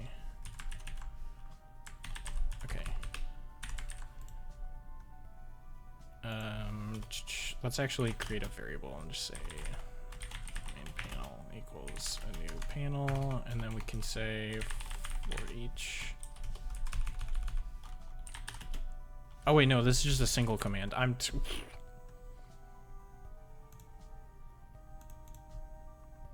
Right? Yeah. This is just a single command. I'm confusing myself. Hang on. It's fine. I could just say child equals. And then it'll be fine. There we go. Okay. So now we should have rounded corners. So valid. I've been getting into the habit. Yeah, it's pretty nice. Oh, rounded corners. Welcome back, Lich. I think you can see how far we got. We got rounded corners. Let's go. Oh, wait, have I been using a different radius for all the other buttons? Oh no. Oh no. What was I using before? I was using 5Ds?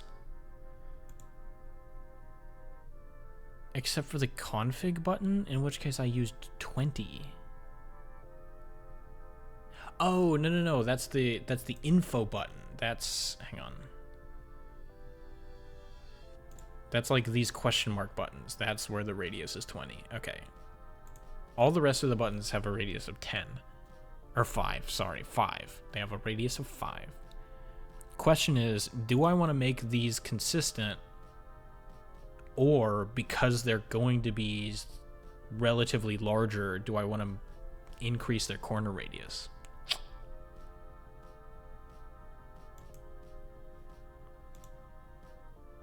What do you think?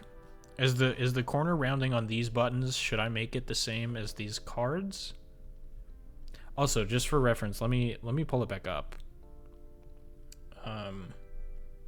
Let me pull up the mock so you can see the general, the scratch paper version of this.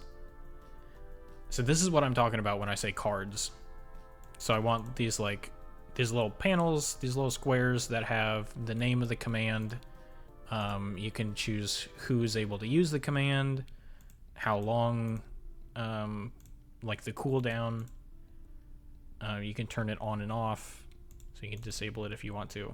So this is what I mean by cards. So should these rounded corners be the same size as the rounded corners on the buttons? You know what? Let me do this. I'll make a poll. You guys can vote. Same size rounded corners, question mark. Yes. No.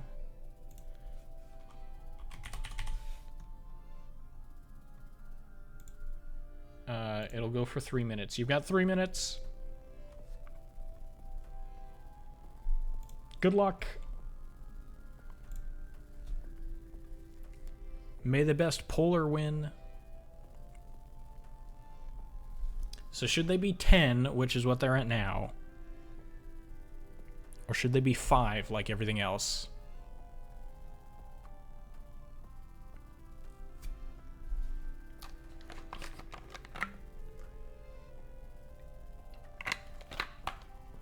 Tough choice. Also, Ren, I know you said before that you wanted to hear my thoughts about the Minecraft game design, because I have many opinions about it. Some of them may or may not be controversial. But that does require like a whole rant. So I may or may not do that today. Depending. I've been live for 2 hours. That's okay. I'm gonna be honest, I haven't gotten a whole lot done in 2 hours, but it's fine. I spent like the first yeah, to be fair, I spent the first hour of the stream just explaining how far I've gotten with the current version of Stonebot.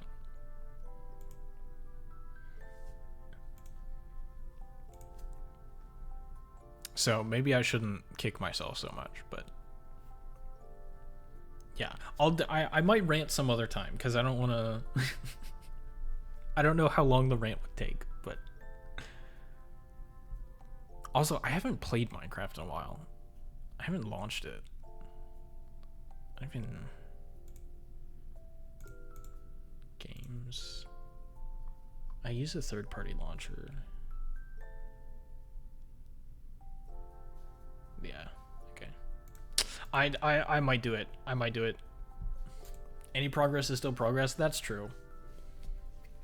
I did get a little bit more done than I was expecting, to be honest. Because usually my brain just like entirely shuts down when I'm streaming.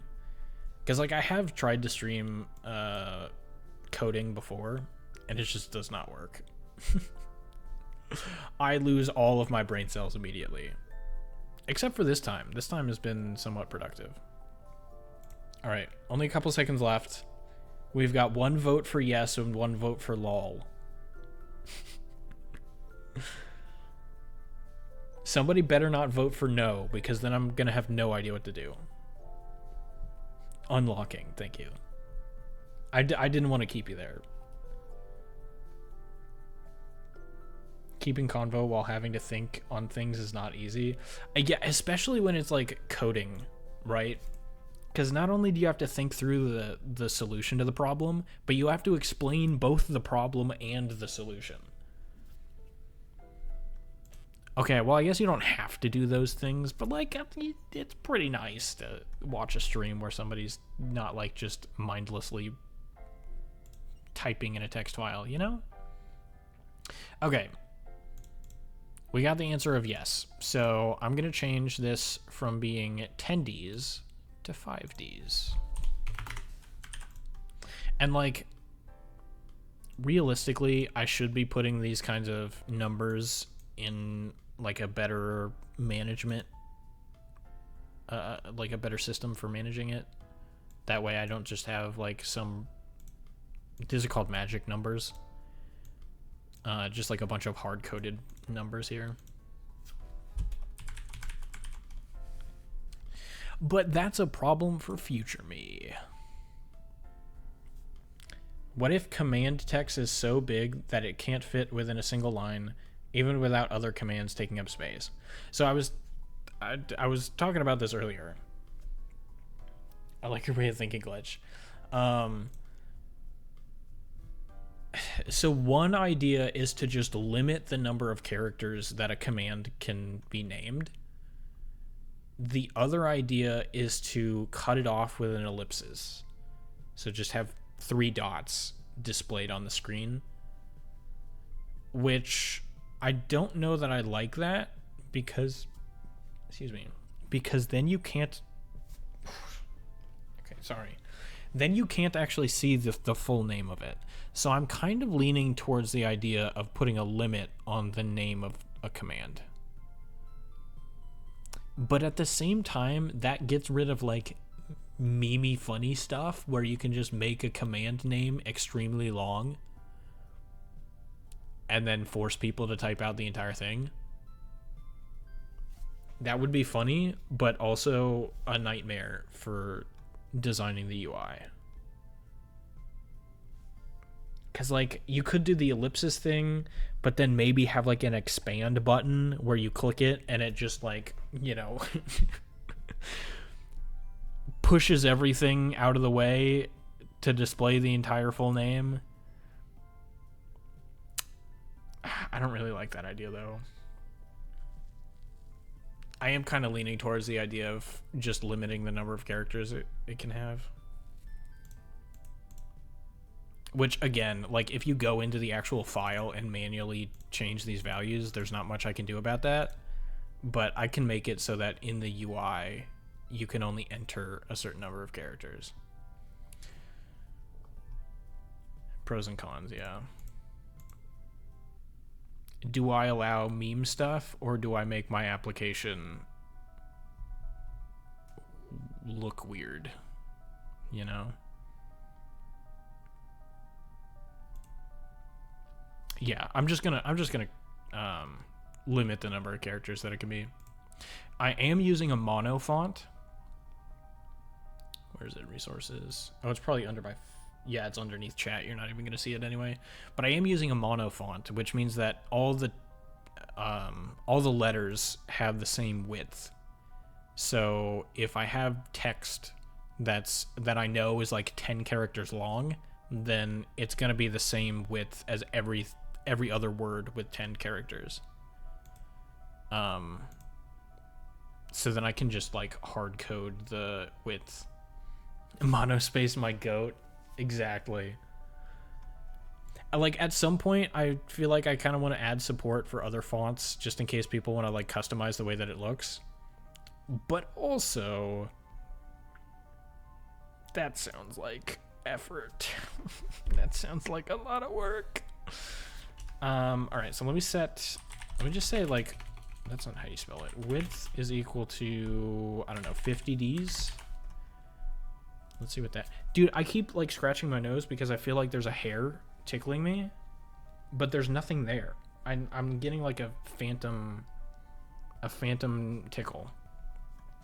Okay, that's maybe a little bit small. Let's crank that up to maybe 500 Ds. What does that look like? That happens to me all the time. Yeah. I don't know.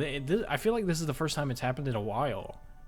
But I'm like, I'm having to put mental effort into not touching my nose. Okay, that's a little bit wide still. Let's try 300 Ds. We're gonna hone in on the correct value here. It's misery. All right, we're back. All right, welcome back. All right, what do we think about this width? What do we think? I might be able to get one more card before the edge. So obviously I'm gonna have it centered in the middle of the screen. Well, should I have it centered or should I have it left aligned? Poll time. I'm making another poll. You guys can make all of my decisions for me.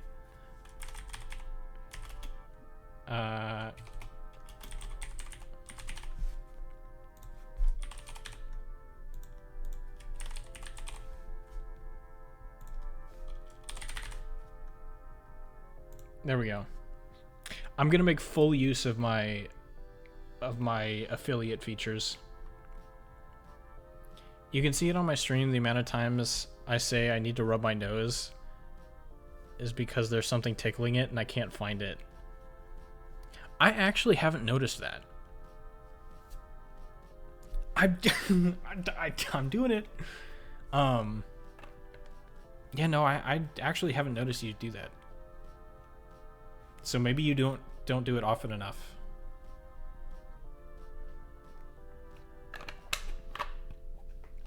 Or maybe I'm just not that observant. Well, now you will. Yeah, I'll point it out every single time it happens. I'll at you too, so it'll highlight the message. You'll see every single time. Dude, okay. I told this story to my family recently. So, when I went to college, my first year of college, I had a public speaking class, and they had this lesson that was like, you would get up in front of the class, and there like wouldn't be a prompt. You could just talk about literally anything, but it had to be for like 2 minutes or something, like 2 or 5 minutes. I don't remember. And they would ding you. They have like one of those bells that you push the little thing down. Like the classic bell that they have on like a hotel countertop or something like that. They would ring you every time you said either like or and it was so annoying. It made you like extremely hyper aware of every word that was coming out of your mouth. It was the most frustrating thing, especially because you had to especially because you had to speak just about whatever, you didn't have anything to prepare. There was nothing to practice. You just had to start talking, and they would ding you every time. And it was like anti-Pavlov or something. We got 2 votes for left. All right, then. I guess that settles it. I was almost entirely convinced on doing it centered, but all right, heard. It will be left aligned. In that case, what do you think about the width? I feel like you could get 1 more in there, right? Like, what happens if I add 2 more? Let me close that. Sorry, I asked you a question about the... I asked you a question and then immediately closed the program. Sorry.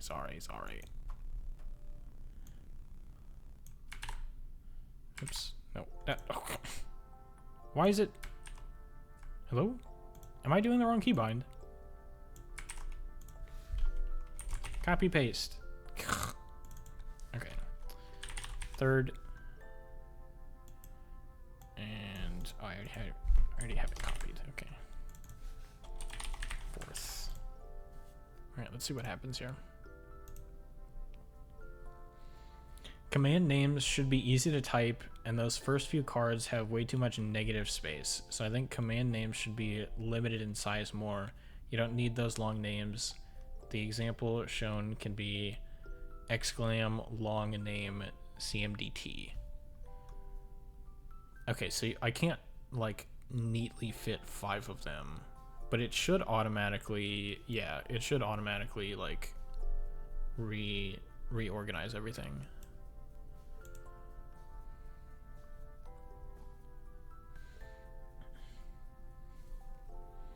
Okay, command names should be easy to type. The first few cards have way too much negative space. Well, so... I mean, again, we're going to have a bunch of other information in the card, right?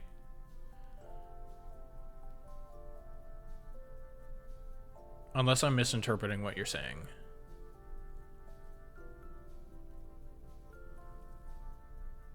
But, like, yeah, I haven't put hard restrictions on the size of the name yet. Right now, I'm just figuring out the width of the cards.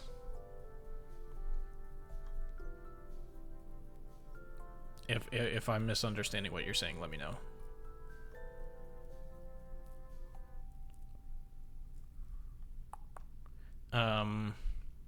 Yeah, I think that's fine. Like, it is a little bit annoying because this is like 1920 by 1080. So maybe I should adjust the width so that it like nicely fits in a sort of quote unquote default screen size. Let's try 250 Ds. What does that look like? Okay, still not really like nicely filling the space. Interesting. But I feel like do six commands make up the entire width? Like, does that make sense, or should I add another one? Because the other thing is that, like, I don't know. I mean, I can look at the mock here, but I don't know exactly how big the rest of this stuff is going to be. Because obviously the mock cards are, like, significantly smaller than the actual ones.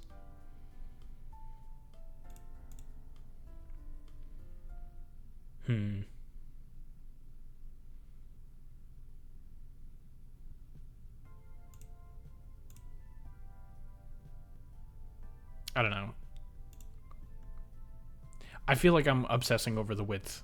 That's like, it's literally one number that we can change whenever we want. Okay, let's move on. I'm getting caught up on things that don't matter.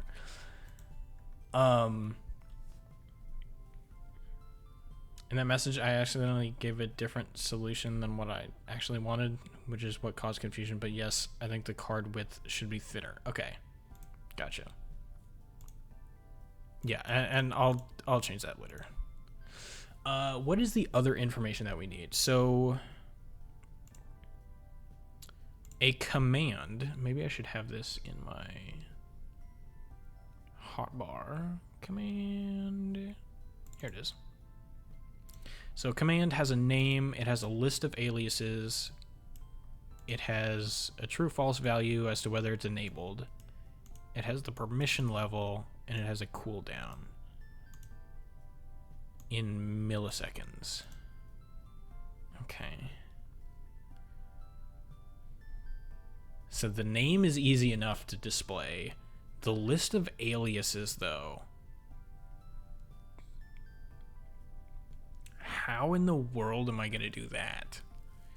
Because I want to add the ability to edit the list. So you should be able to... I might actually just have to have like an entire pop-up specifically to edit aliases, because like you have to have the ability to add an alias, remove an alias. Well, I guess that's really it. Because if you wanted to edit an alias, you could just remove it and then add back the correct one. So, like, technically the only things you need to do are add and remove aliases. So maybe I can make a whole new pop-up just for that, which doesn't feel great. You know, because, like, the rest of the UI is designed in such a way that you can, like, easily change these values. But if you had to click on a button, which, you know, had a pop-up, and then you could change the aliases from that, it gets a little bit weird. But also, how else do you display a list of unknown length,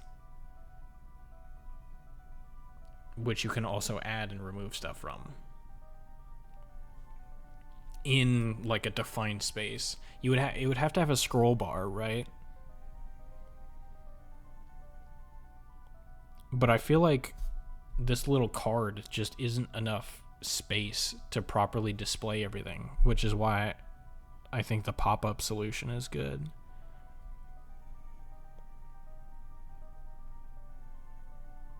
Unless I'm missing something. But, like, it just...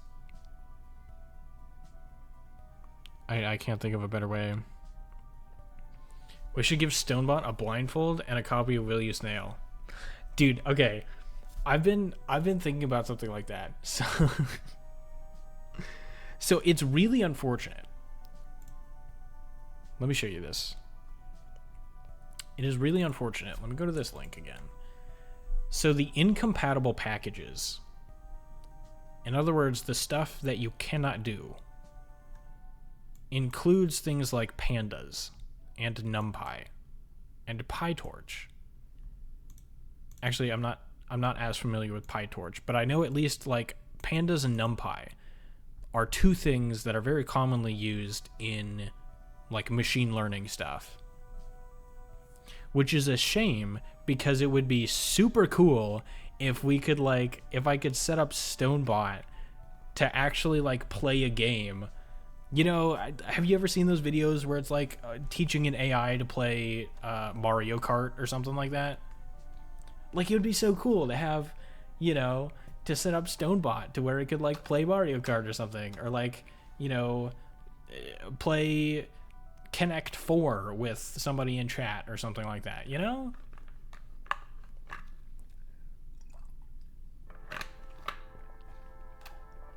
I know Connect 4 doesn't require machine learning, but anyway, it's a little bit unfortunate that I can't do something like that. NumPy is literally the second best Python package. Why isn't it supported?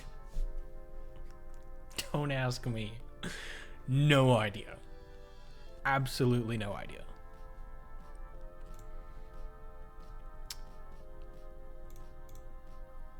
Oh, how do I display a list of them? You know what? Let's do this.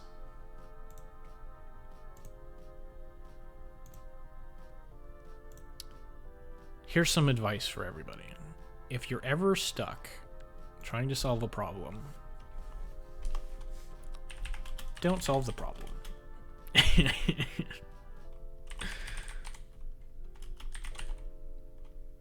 Ilias says, I don't know why I just had a brain fart there.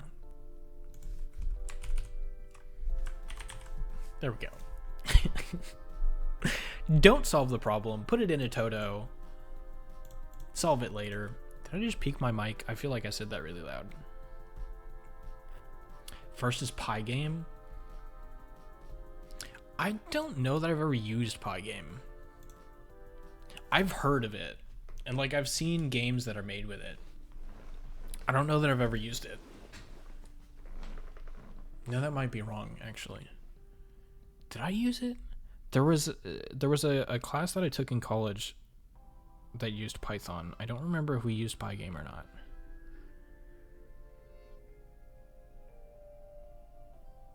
I don't remember.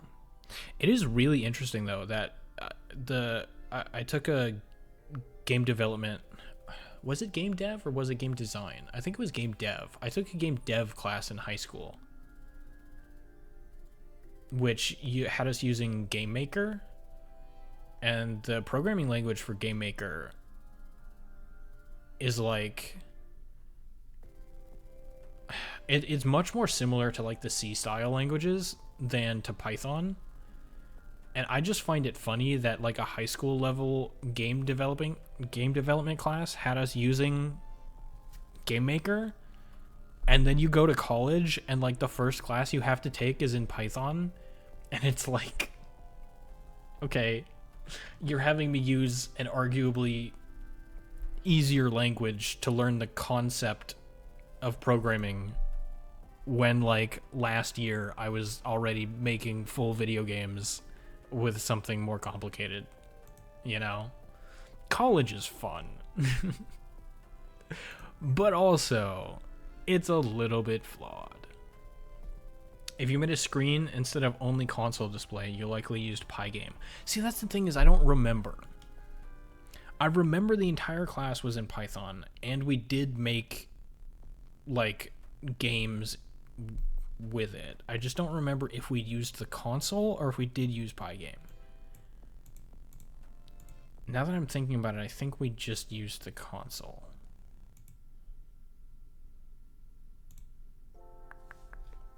I don't remember. We are going to need a grid though. So I'm actually going to say child is equal to a new S grid. Why does it do that? I just wanted to hit the enter button. Oh, that's right. It takes in, yeah, okay, never mind. Don't do that. It takes in a bunch of arguments. Dang arguments. So what does it do first? Does it do rows or column? It does rows and then columns. So how many rows do we want? That's a good question. So we want one row for the name and for the on-off button. Permission level, I feel like we can get away with putting the drop-down next to it, right? So like we have the word permission level, and then just to the right of it, we can put the drop-down. So I feel like we can fit that in one row. I like Pygame more than GM, honestly. It just doesn't have as many capabilities, so I sort of have to use GM sometimes. Really? If I had to guess, I would have thought that Pygame was more capable. That's kind of interesting. I mean, I know Game Maker has a lot of stuff in it, but as far as I know, it's still like very geared towards not like inexperienced or beginner, but I don't know. It just doesn't strike me as something with that like is super advanced, if that makes sense. Anyway, so like permission level can probably be 1 row. So the name is 1 row, the permission level is 1 row. Enabled is fitting on the same row as the name. Cooldown milliseconds is 1 row. So we at least have 1, 2, 3 rows. And then I don't even know what we're gonna do with aliases. I'll have a row for it, but I have no idea what I'm gonna do with it. I forget exactly how to set this up, so let me search for something.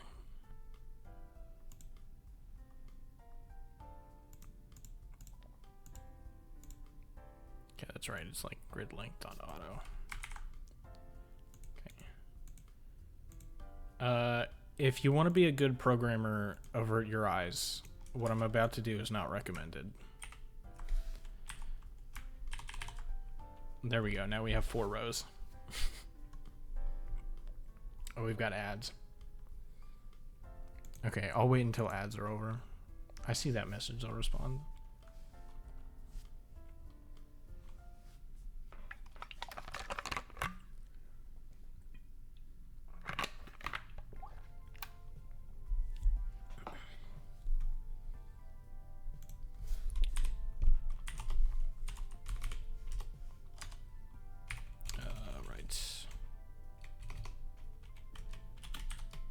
Oops, wrong thing. I hit my insert button. Oops. Come on. Okay. Grid length auto. We're gonna have 2 columns for everything, I think.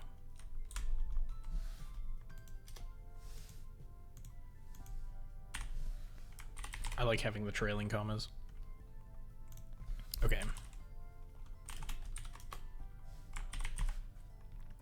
What? How did I do this before? Oh, it was a list. Okay, gotcha. You're out of the ads. Okay. Why does Twitch only give me 1 ad? It's been the same ad like 8 times in a row. I don't know. Are you only interested in that one thing? Maybe they just don't have ads for you. They don't have ads that target any of your interests, I guess, maybe? I don't know. Alright, so what are we doing? We want... I'm going to separate these out into their own functions just to make it easier, potentially. We'll make them private.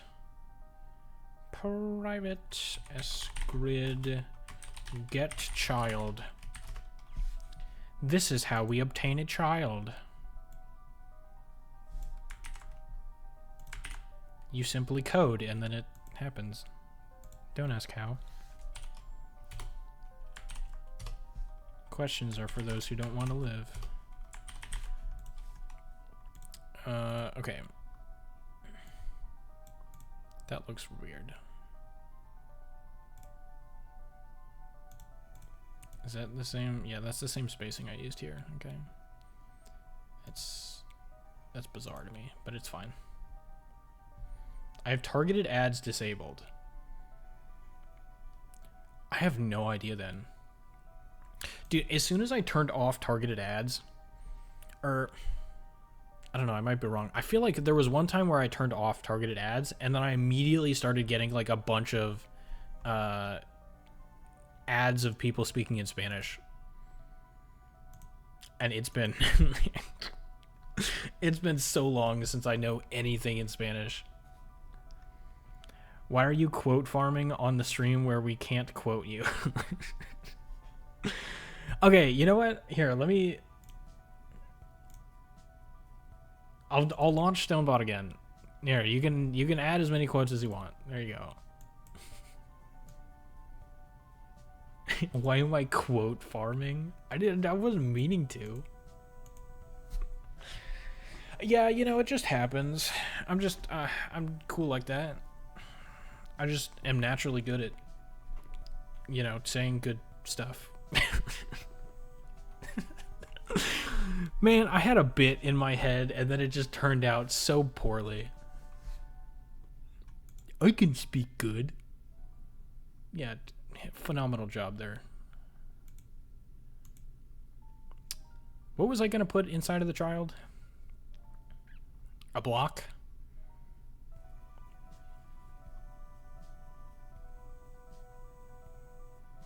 Oh, I was just... Okay.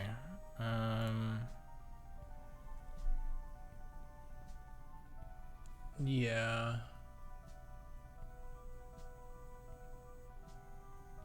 Okay, this is gonna be weird.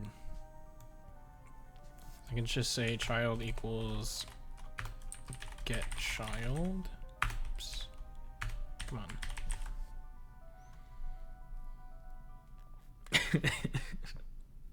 I'm gonna go work on the logo now. All right, sweet. Have fun. What was I gonna put in the child? See, like it just comes naturally. I don't know. I don't know what to tell you. I just say quotable things all the time, and it's definitely on purpose.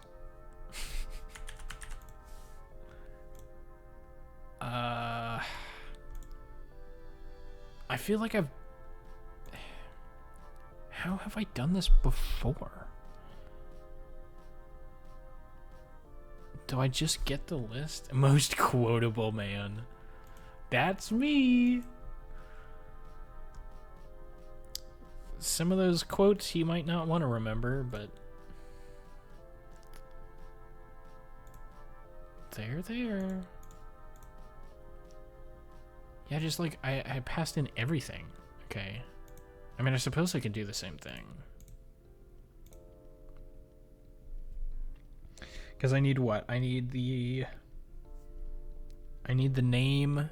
I need a button.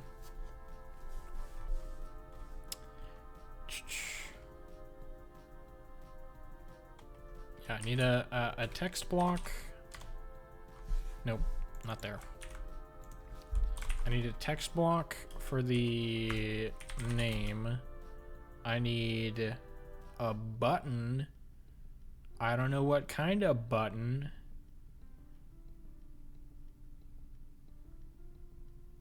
What kind of button do I want? I want like a brand new type of button, I think. I have some like predefined buttons because oh, it's not gonna run because there's a bunch of red squigglies. Okay, whatever. But like, you know, I've got a bunch of blue buttons, so I just create one blue button and then, you know, copy it a bunch of times basically. I don't actually copy paste the code. It's just, that's the way I phrased it. But I need a button like the power button that's in the mock, right? This power button here.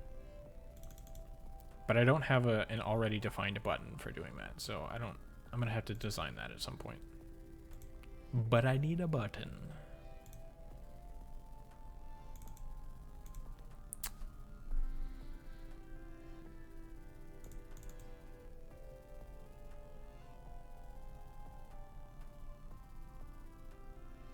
Yeah, weird.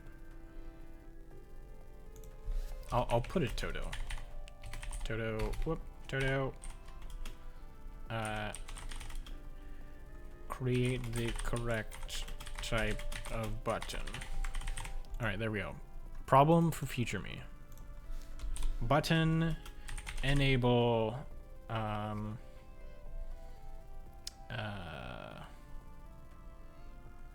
enable toggle button, I guess I could call it. That's a bit lengthy. Whatever. I could call it a power button. I don't know about that.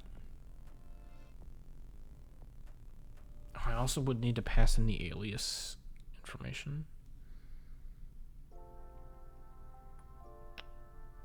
Okay. This is getting a little bit weird.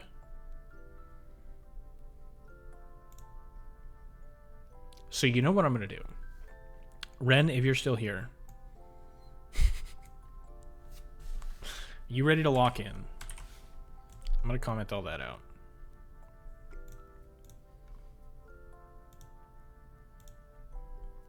Because this might take a little bit more brain power than I have right now. So I might have to do that off stream. Hello? Okay, alright. We're switching categories. I'm about to rant about Minecraft. I probably don't have to switch categories or anything, right? Depending on how long it takes. If it's like a 20-minute rant, then maybe that's fine. Alright, music off. Camera full screened. Let me actually launch Minecraft.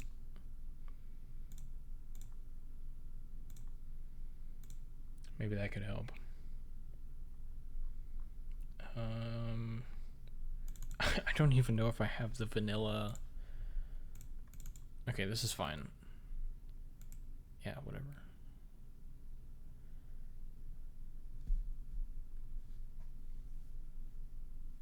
Okay, this is not the most recent version, but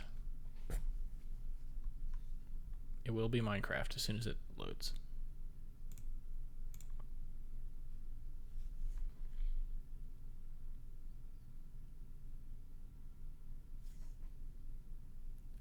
What?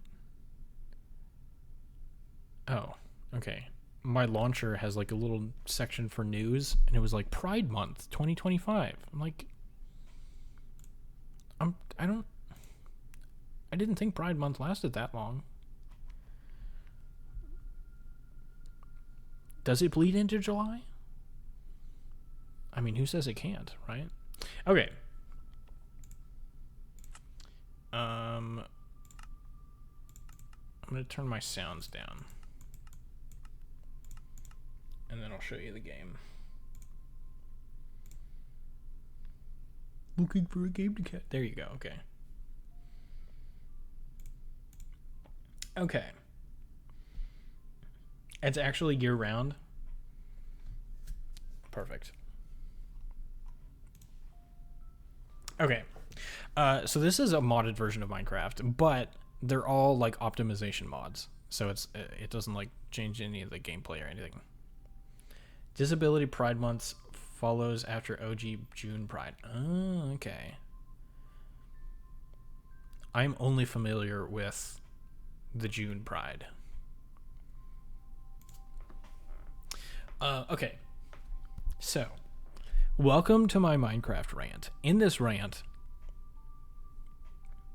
I am going to argue a couple of things. So, relatively recently, there was an image going around about Minecraft's progression. And it went something to the effect of the first like 15 minutes of the game, you can get from nothing to full iron armor. And then it takes like another 90 minutes to get from iron to diamonds. And then like another 90 minutes or something to get from diamond to netherite. Something to that effect. And the whole point of it was that like, you know, why are we adding copper gear in between the 15 minutes of gameplay that it takes you to get from nothing to iron? Like, why are we adding something here instead of in between the 90 minutes it takes to get from iron to diamonds? That was the point that was trying to be made. The most common argument I've heard against that is that Minecraft is a sandbox game. And so it doesn't really have to have a defined progression because you can just do whatever you want. And I have an issue with that. So I am going to argue two things. One of them is that I'm going to argue that Minecraft is in fact not a sandbox video game. And in fact, Minecraft is not a survival game. Or maybe even not a video game at all. Hear me out. I'm going to turn down the volume again because that's a little bit distracting. Okay. So let's assume that Minecraft is a video game and it is a sandbox video game. Here we have the main menu. This is fine, right? Fantastic. We got single player, multiplayer, whatever, mods, options, quick game. Perfectly fine. No issues there. I click single player. We have a save select screen, all right? Perfectly fine. That's consistent with video games. Makes complete sense, right? Let's create a new world. Preparing for world creation. I have an issue already.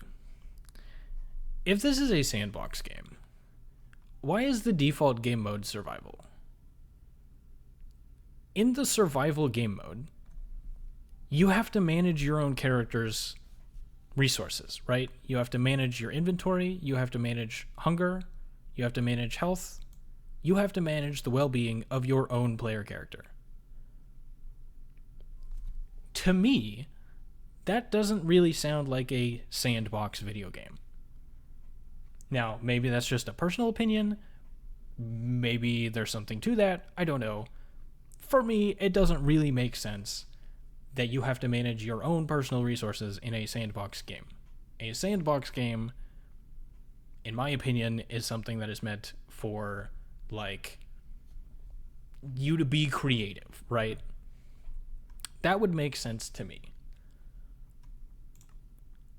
So let's just assume that they actually meant to put the default game mode on creative, right? Because at one point in time, the default game mode was creative. And I'm pretty sure it was before Mojang. I think the default game mode was changed to survival before it was handed off to Mojang. But at one point, the default game mode was creative. But they changed it. So, like, at one point, it was very intentionally a sandbox video game. And then they changed it. But okay. All right, let's just assume that, I don't know, maybe they made a mistake. Maybe they meant to make the default game mode something else, or maybe they actually did mean to make it survival. We'll just say creative. The original was creative, survival mode was added way later. Exactly. All right. I'll create a world. I'm not going to change any of the settings or anything. But okay, this is a sandbox game, right? We're assuming that this is a sandbox game. Not only is it a sandbox game, it's a sandbox game that has been receiving consistent updates for the past 12, 13 years. So keep that in mind. It's one of the most popular video games. I'm pretty sure doesn't it hold the top spot for like the most sold video game or something like that? And it's been receiving regular updates for the past 12 years. Okay. So I'm in creative mode. And you'll notice a couple of things. Number one is that if I move around here, you can see I collide with the world. Why? Just, quick question. Why can I collide with the world if it's creative mode? To me, it would make significantly more sense if you didn't have collision on by default. In order to be creative, it would make way more sense if I could move about the world in whatever way I please. Now, it does absolutely make sense in some situations to have collision enabled, right? Like if you want to test some physics thing and you want player collision to be enabled, that's fine. Make it toggleable, absolutely. But why is it on by default? That doesn't make any sense. This is a sandbox game that's been that's been receiving regular updates for 12 years. And you have collision on by default. It doesn't make any sense to me. But whatever, fine. They can do what they want with their video game. Inventory, I know they updated it a while ago. I don't really have many issues with the inventory except for this. This I haven't ever messed around with, but like that's probably my own fault. Anyway, there is a way to turn off collision. Oops, I did it wrong. I have to hit tab. There we go. By going into spectator mode.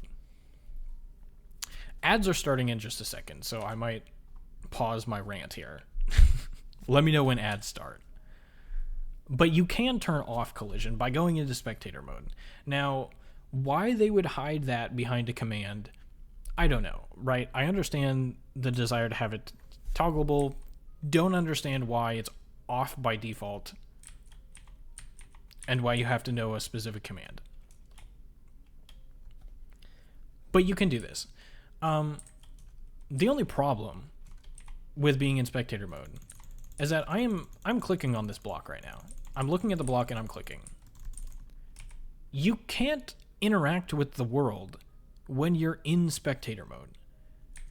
The only way to interact with the world is by turning on player collision. Why? Right? This game has been out and receiving updates for 12 years. Why do you have to turn on collision in order to interact with the world in creative mode?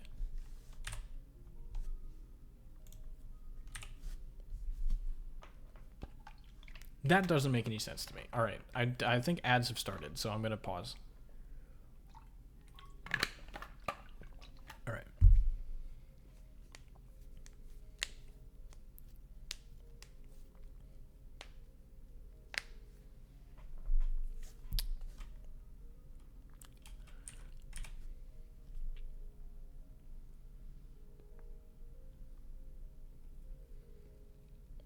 Let me know when ads are back, or when ads are gone. It says like 10 seconds, so I'll wait 10 seconds. The trees are on fire over here. Interesting. Anyway, I'm over here in the trees. Okay, I think we're back. Ads done. All right. So the last point that I made was that you have to enable player collision in order to interact with the world. So let's say I have a relatively large build that, you know, takes up a lot of space, right? You know, let's say I'm behind this.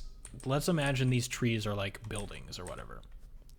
In order to get to the other side of my build, I either have to type in a command that turns off my player collision, fly over to the other side of my build, type another command to re-enable player collision, and then I can continue working. I can either do that, or I can try and navigate around my relatively large build, trying to my best to avoid bumping into things, and then I can interact. Why? Again, this game has been receiving regular updates for 12 years, and it is supposedly a sandbox game. Why? Why is that the workflow? Right? So, okay, collisions are enabled by default. They have to be on for you to interact with the world. Let me switch back to creative. Okay, so let's say I want to build like a couple blocks. I want to build a couple. There we go. I want to build a couple of blocks like in this direction, right? But like this, right? Something like that. It would make sense to me for me to position myself in a place where I can just like look straight ahead and place blocks and move to the side. And oh no, I have fallen. Which brings me to my next point. Gravity is enabled by default. That's point number one, that gravity is enabled by default. You have to either change your game mode to spectator, or you have to explicitly enable flying as soon as you spawn into the world, right? The other point that I just demonstrated is that if you're in flying mode, if you're in creative mode, and you just so happen to collide with the top part of a block, the game will automatically take you out of flying mode. Now again, I understand the desire to switch between flying mode and not flying mode. Sometimes you want to test things that involve gravity. That makes complete sense. But why would the game make that decision for you? Why is that not something that you get to toggle? Why does the game just arbitrarily get to decide when to enable gravity and when to not? There have been so many times where I have been trying to build something and I have to be extremely cautious about not touching the ground so that I don't have to re-enable fly mode. This is a game that has been receiving regular updates for 12 years, and it is supposedly a sandbox game. Why? Okay. On to my next point. Now, this is a problem that has been relatively solved in Bedrock Edition.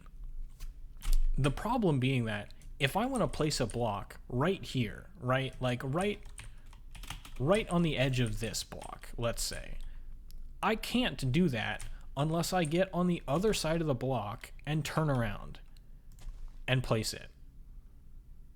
Now, if I'm too close to it, again, we have player collision, so I can't actually place the block. I have to be, here. I have to be all the way back here in order to place it. In Bedrock, you can place that block. And I know there are mods that allow you to just, look off the edge of a block, and then it'll give you a little thing where you can place it. But in vanilla, you can't do that. Again, this is creative mode. Why do I have to A, enable player collision in order to interact with the world, and B, position myself in a very specific location so that I can do the correct interaction? This is a game that has been receiving regular updates for 12 years, and it is supposedly a sandbox video game. Why?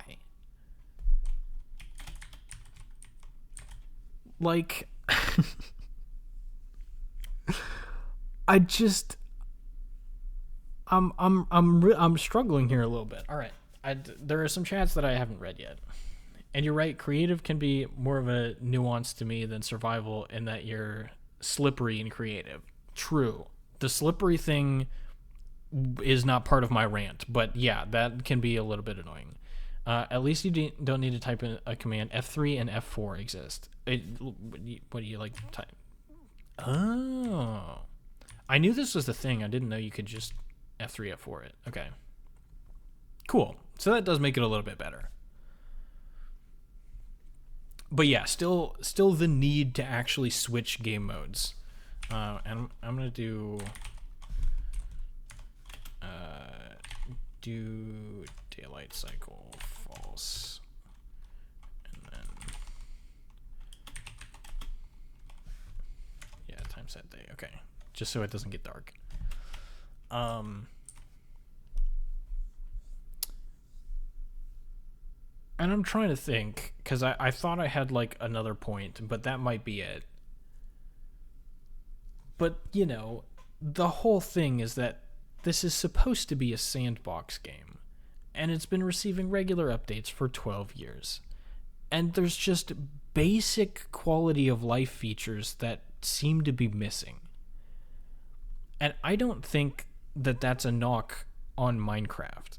I think Minecraft is designed very well for what it's for. I just don't think it's a sandbox game. I think they've had every opportunity to make design decisions that are beneficial to a sandbox game, and they have opted not to. I don't think Minecraft is a sandbox video game. Now, I also said that I think that Minecraft might not be a video game at all. And the reason that I say that is because if you take a look at the history of the updates of the game, I think it's relatively clear that they highly, highly, highly encourage things like mods, plugins, and custom servers. Which, like custom servers are basically just servers with mods and plugins. But I'm going to name 3 things here. I think Minecraft is very similar to Roblox in that it is not necessarily the video game, but it is the basis from which users can create their own video game experiences from. I think Minecraft is a simulation and a world generation algorithm with a couple of features slapped onto it to make it look like a video game. I think it is specifically designed so that users can customize their experience. And it is not necessarily intentionally designed to be played on its own as a video game. Now, you might be able to argue that it's a simulation game, but I still think there are significant differences between a simulation game and what Minecraft is. So there you go. End of rant. I think that Minecraft is a simulation, and I don't know that it is necessarily a video game. I think without mods, plugins, and custom servers, Minecraft would elegantly surf the fence that separates what is a video game and what is not a video game. But I think with mods and plugins and stuff like that, it's just a tool for people to use to craft their own experience from. Anyway, rant over. I rest my case. That's... Stonebot saw the word mug inside of the emote smug, and it decided to respond with mug moment. That's funny.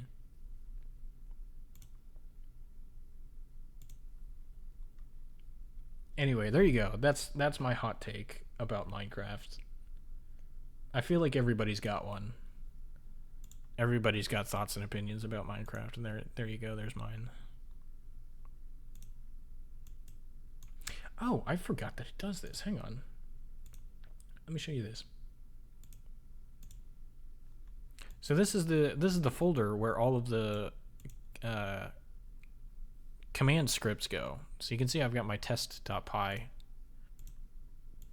which is this. Yeah, they all show up here too. I forgot that it automatically generates a script if there's a command. Oh god, now the name of the command is... Okay. What is it doing? I just want to scroll. Oh. Okay. So if it finds a command in the command manager that doesn't have a script, it'll automatically add a script for you. I forgot that I added that.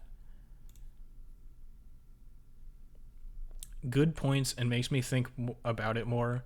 It would be nice for them to implement some quality of life stuff. I agree. But I don't think that they will, because again, we've seen update after update after update of them just adding more stuff to it, right? They added camels and a whole new biome that does basically nothing except add a dozen more blocks to your gray color palette. And it's just like, sometimes it feels useless, sometimes they add something that can help, but it definitely feels like they're just adding stuff to it.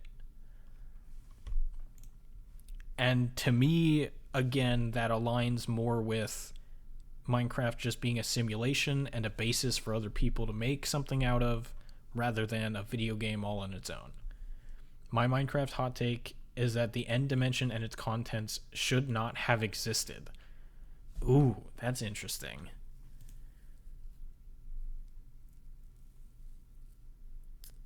That, yeah, that's, hmm.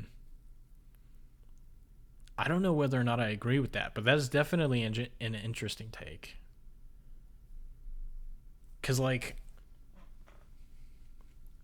I feel like they tried to make the end like a post game sort of, but it doesn't really serve that job well. Cause like other than the elytra, I mean, like what do you do after you get the elytra? You just like immediately go back to the overworld and create a bunch of redstone farms, right?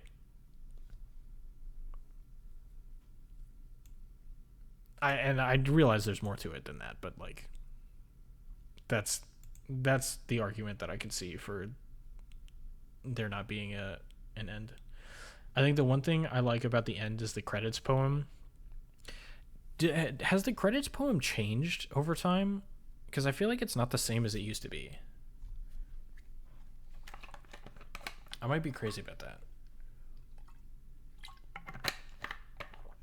Because like I really liked the, I don't want to say original, but like the one that I saw when I was playing regularly a while ago. I really liked that one, and then I'm pretty sure they changed it, and I don't know how to feel about that.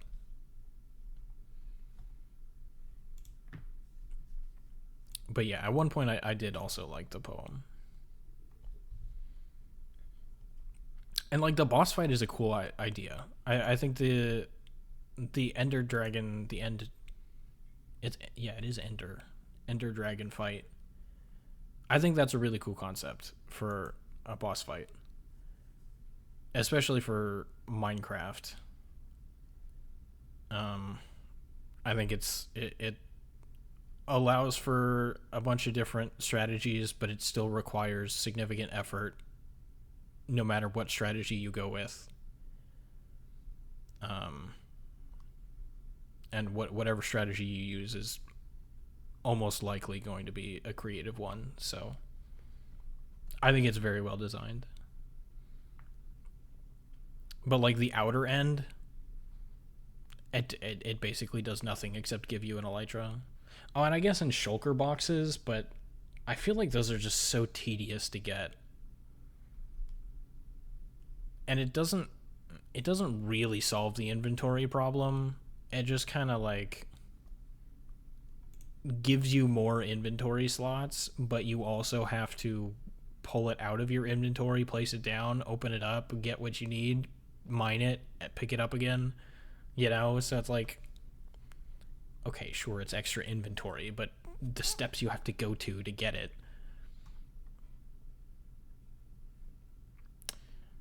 Anyway, uh,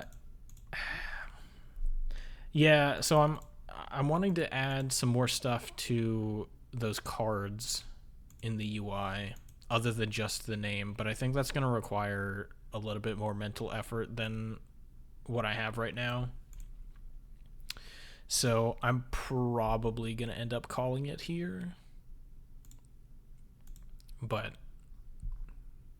yeah, I think we made surprisingly good progress. I was actually not expecting to get this far. I was kind of expecting to get stuck immediately. But at least we put text on the screen.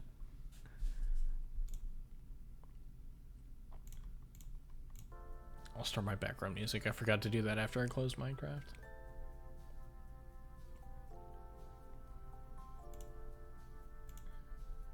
Alright.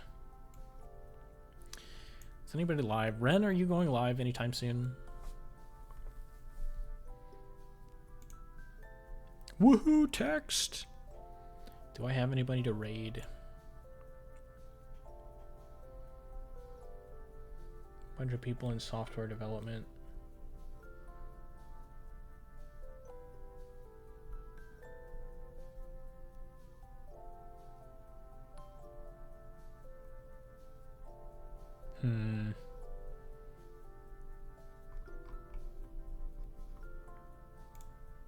There's some cool people in there.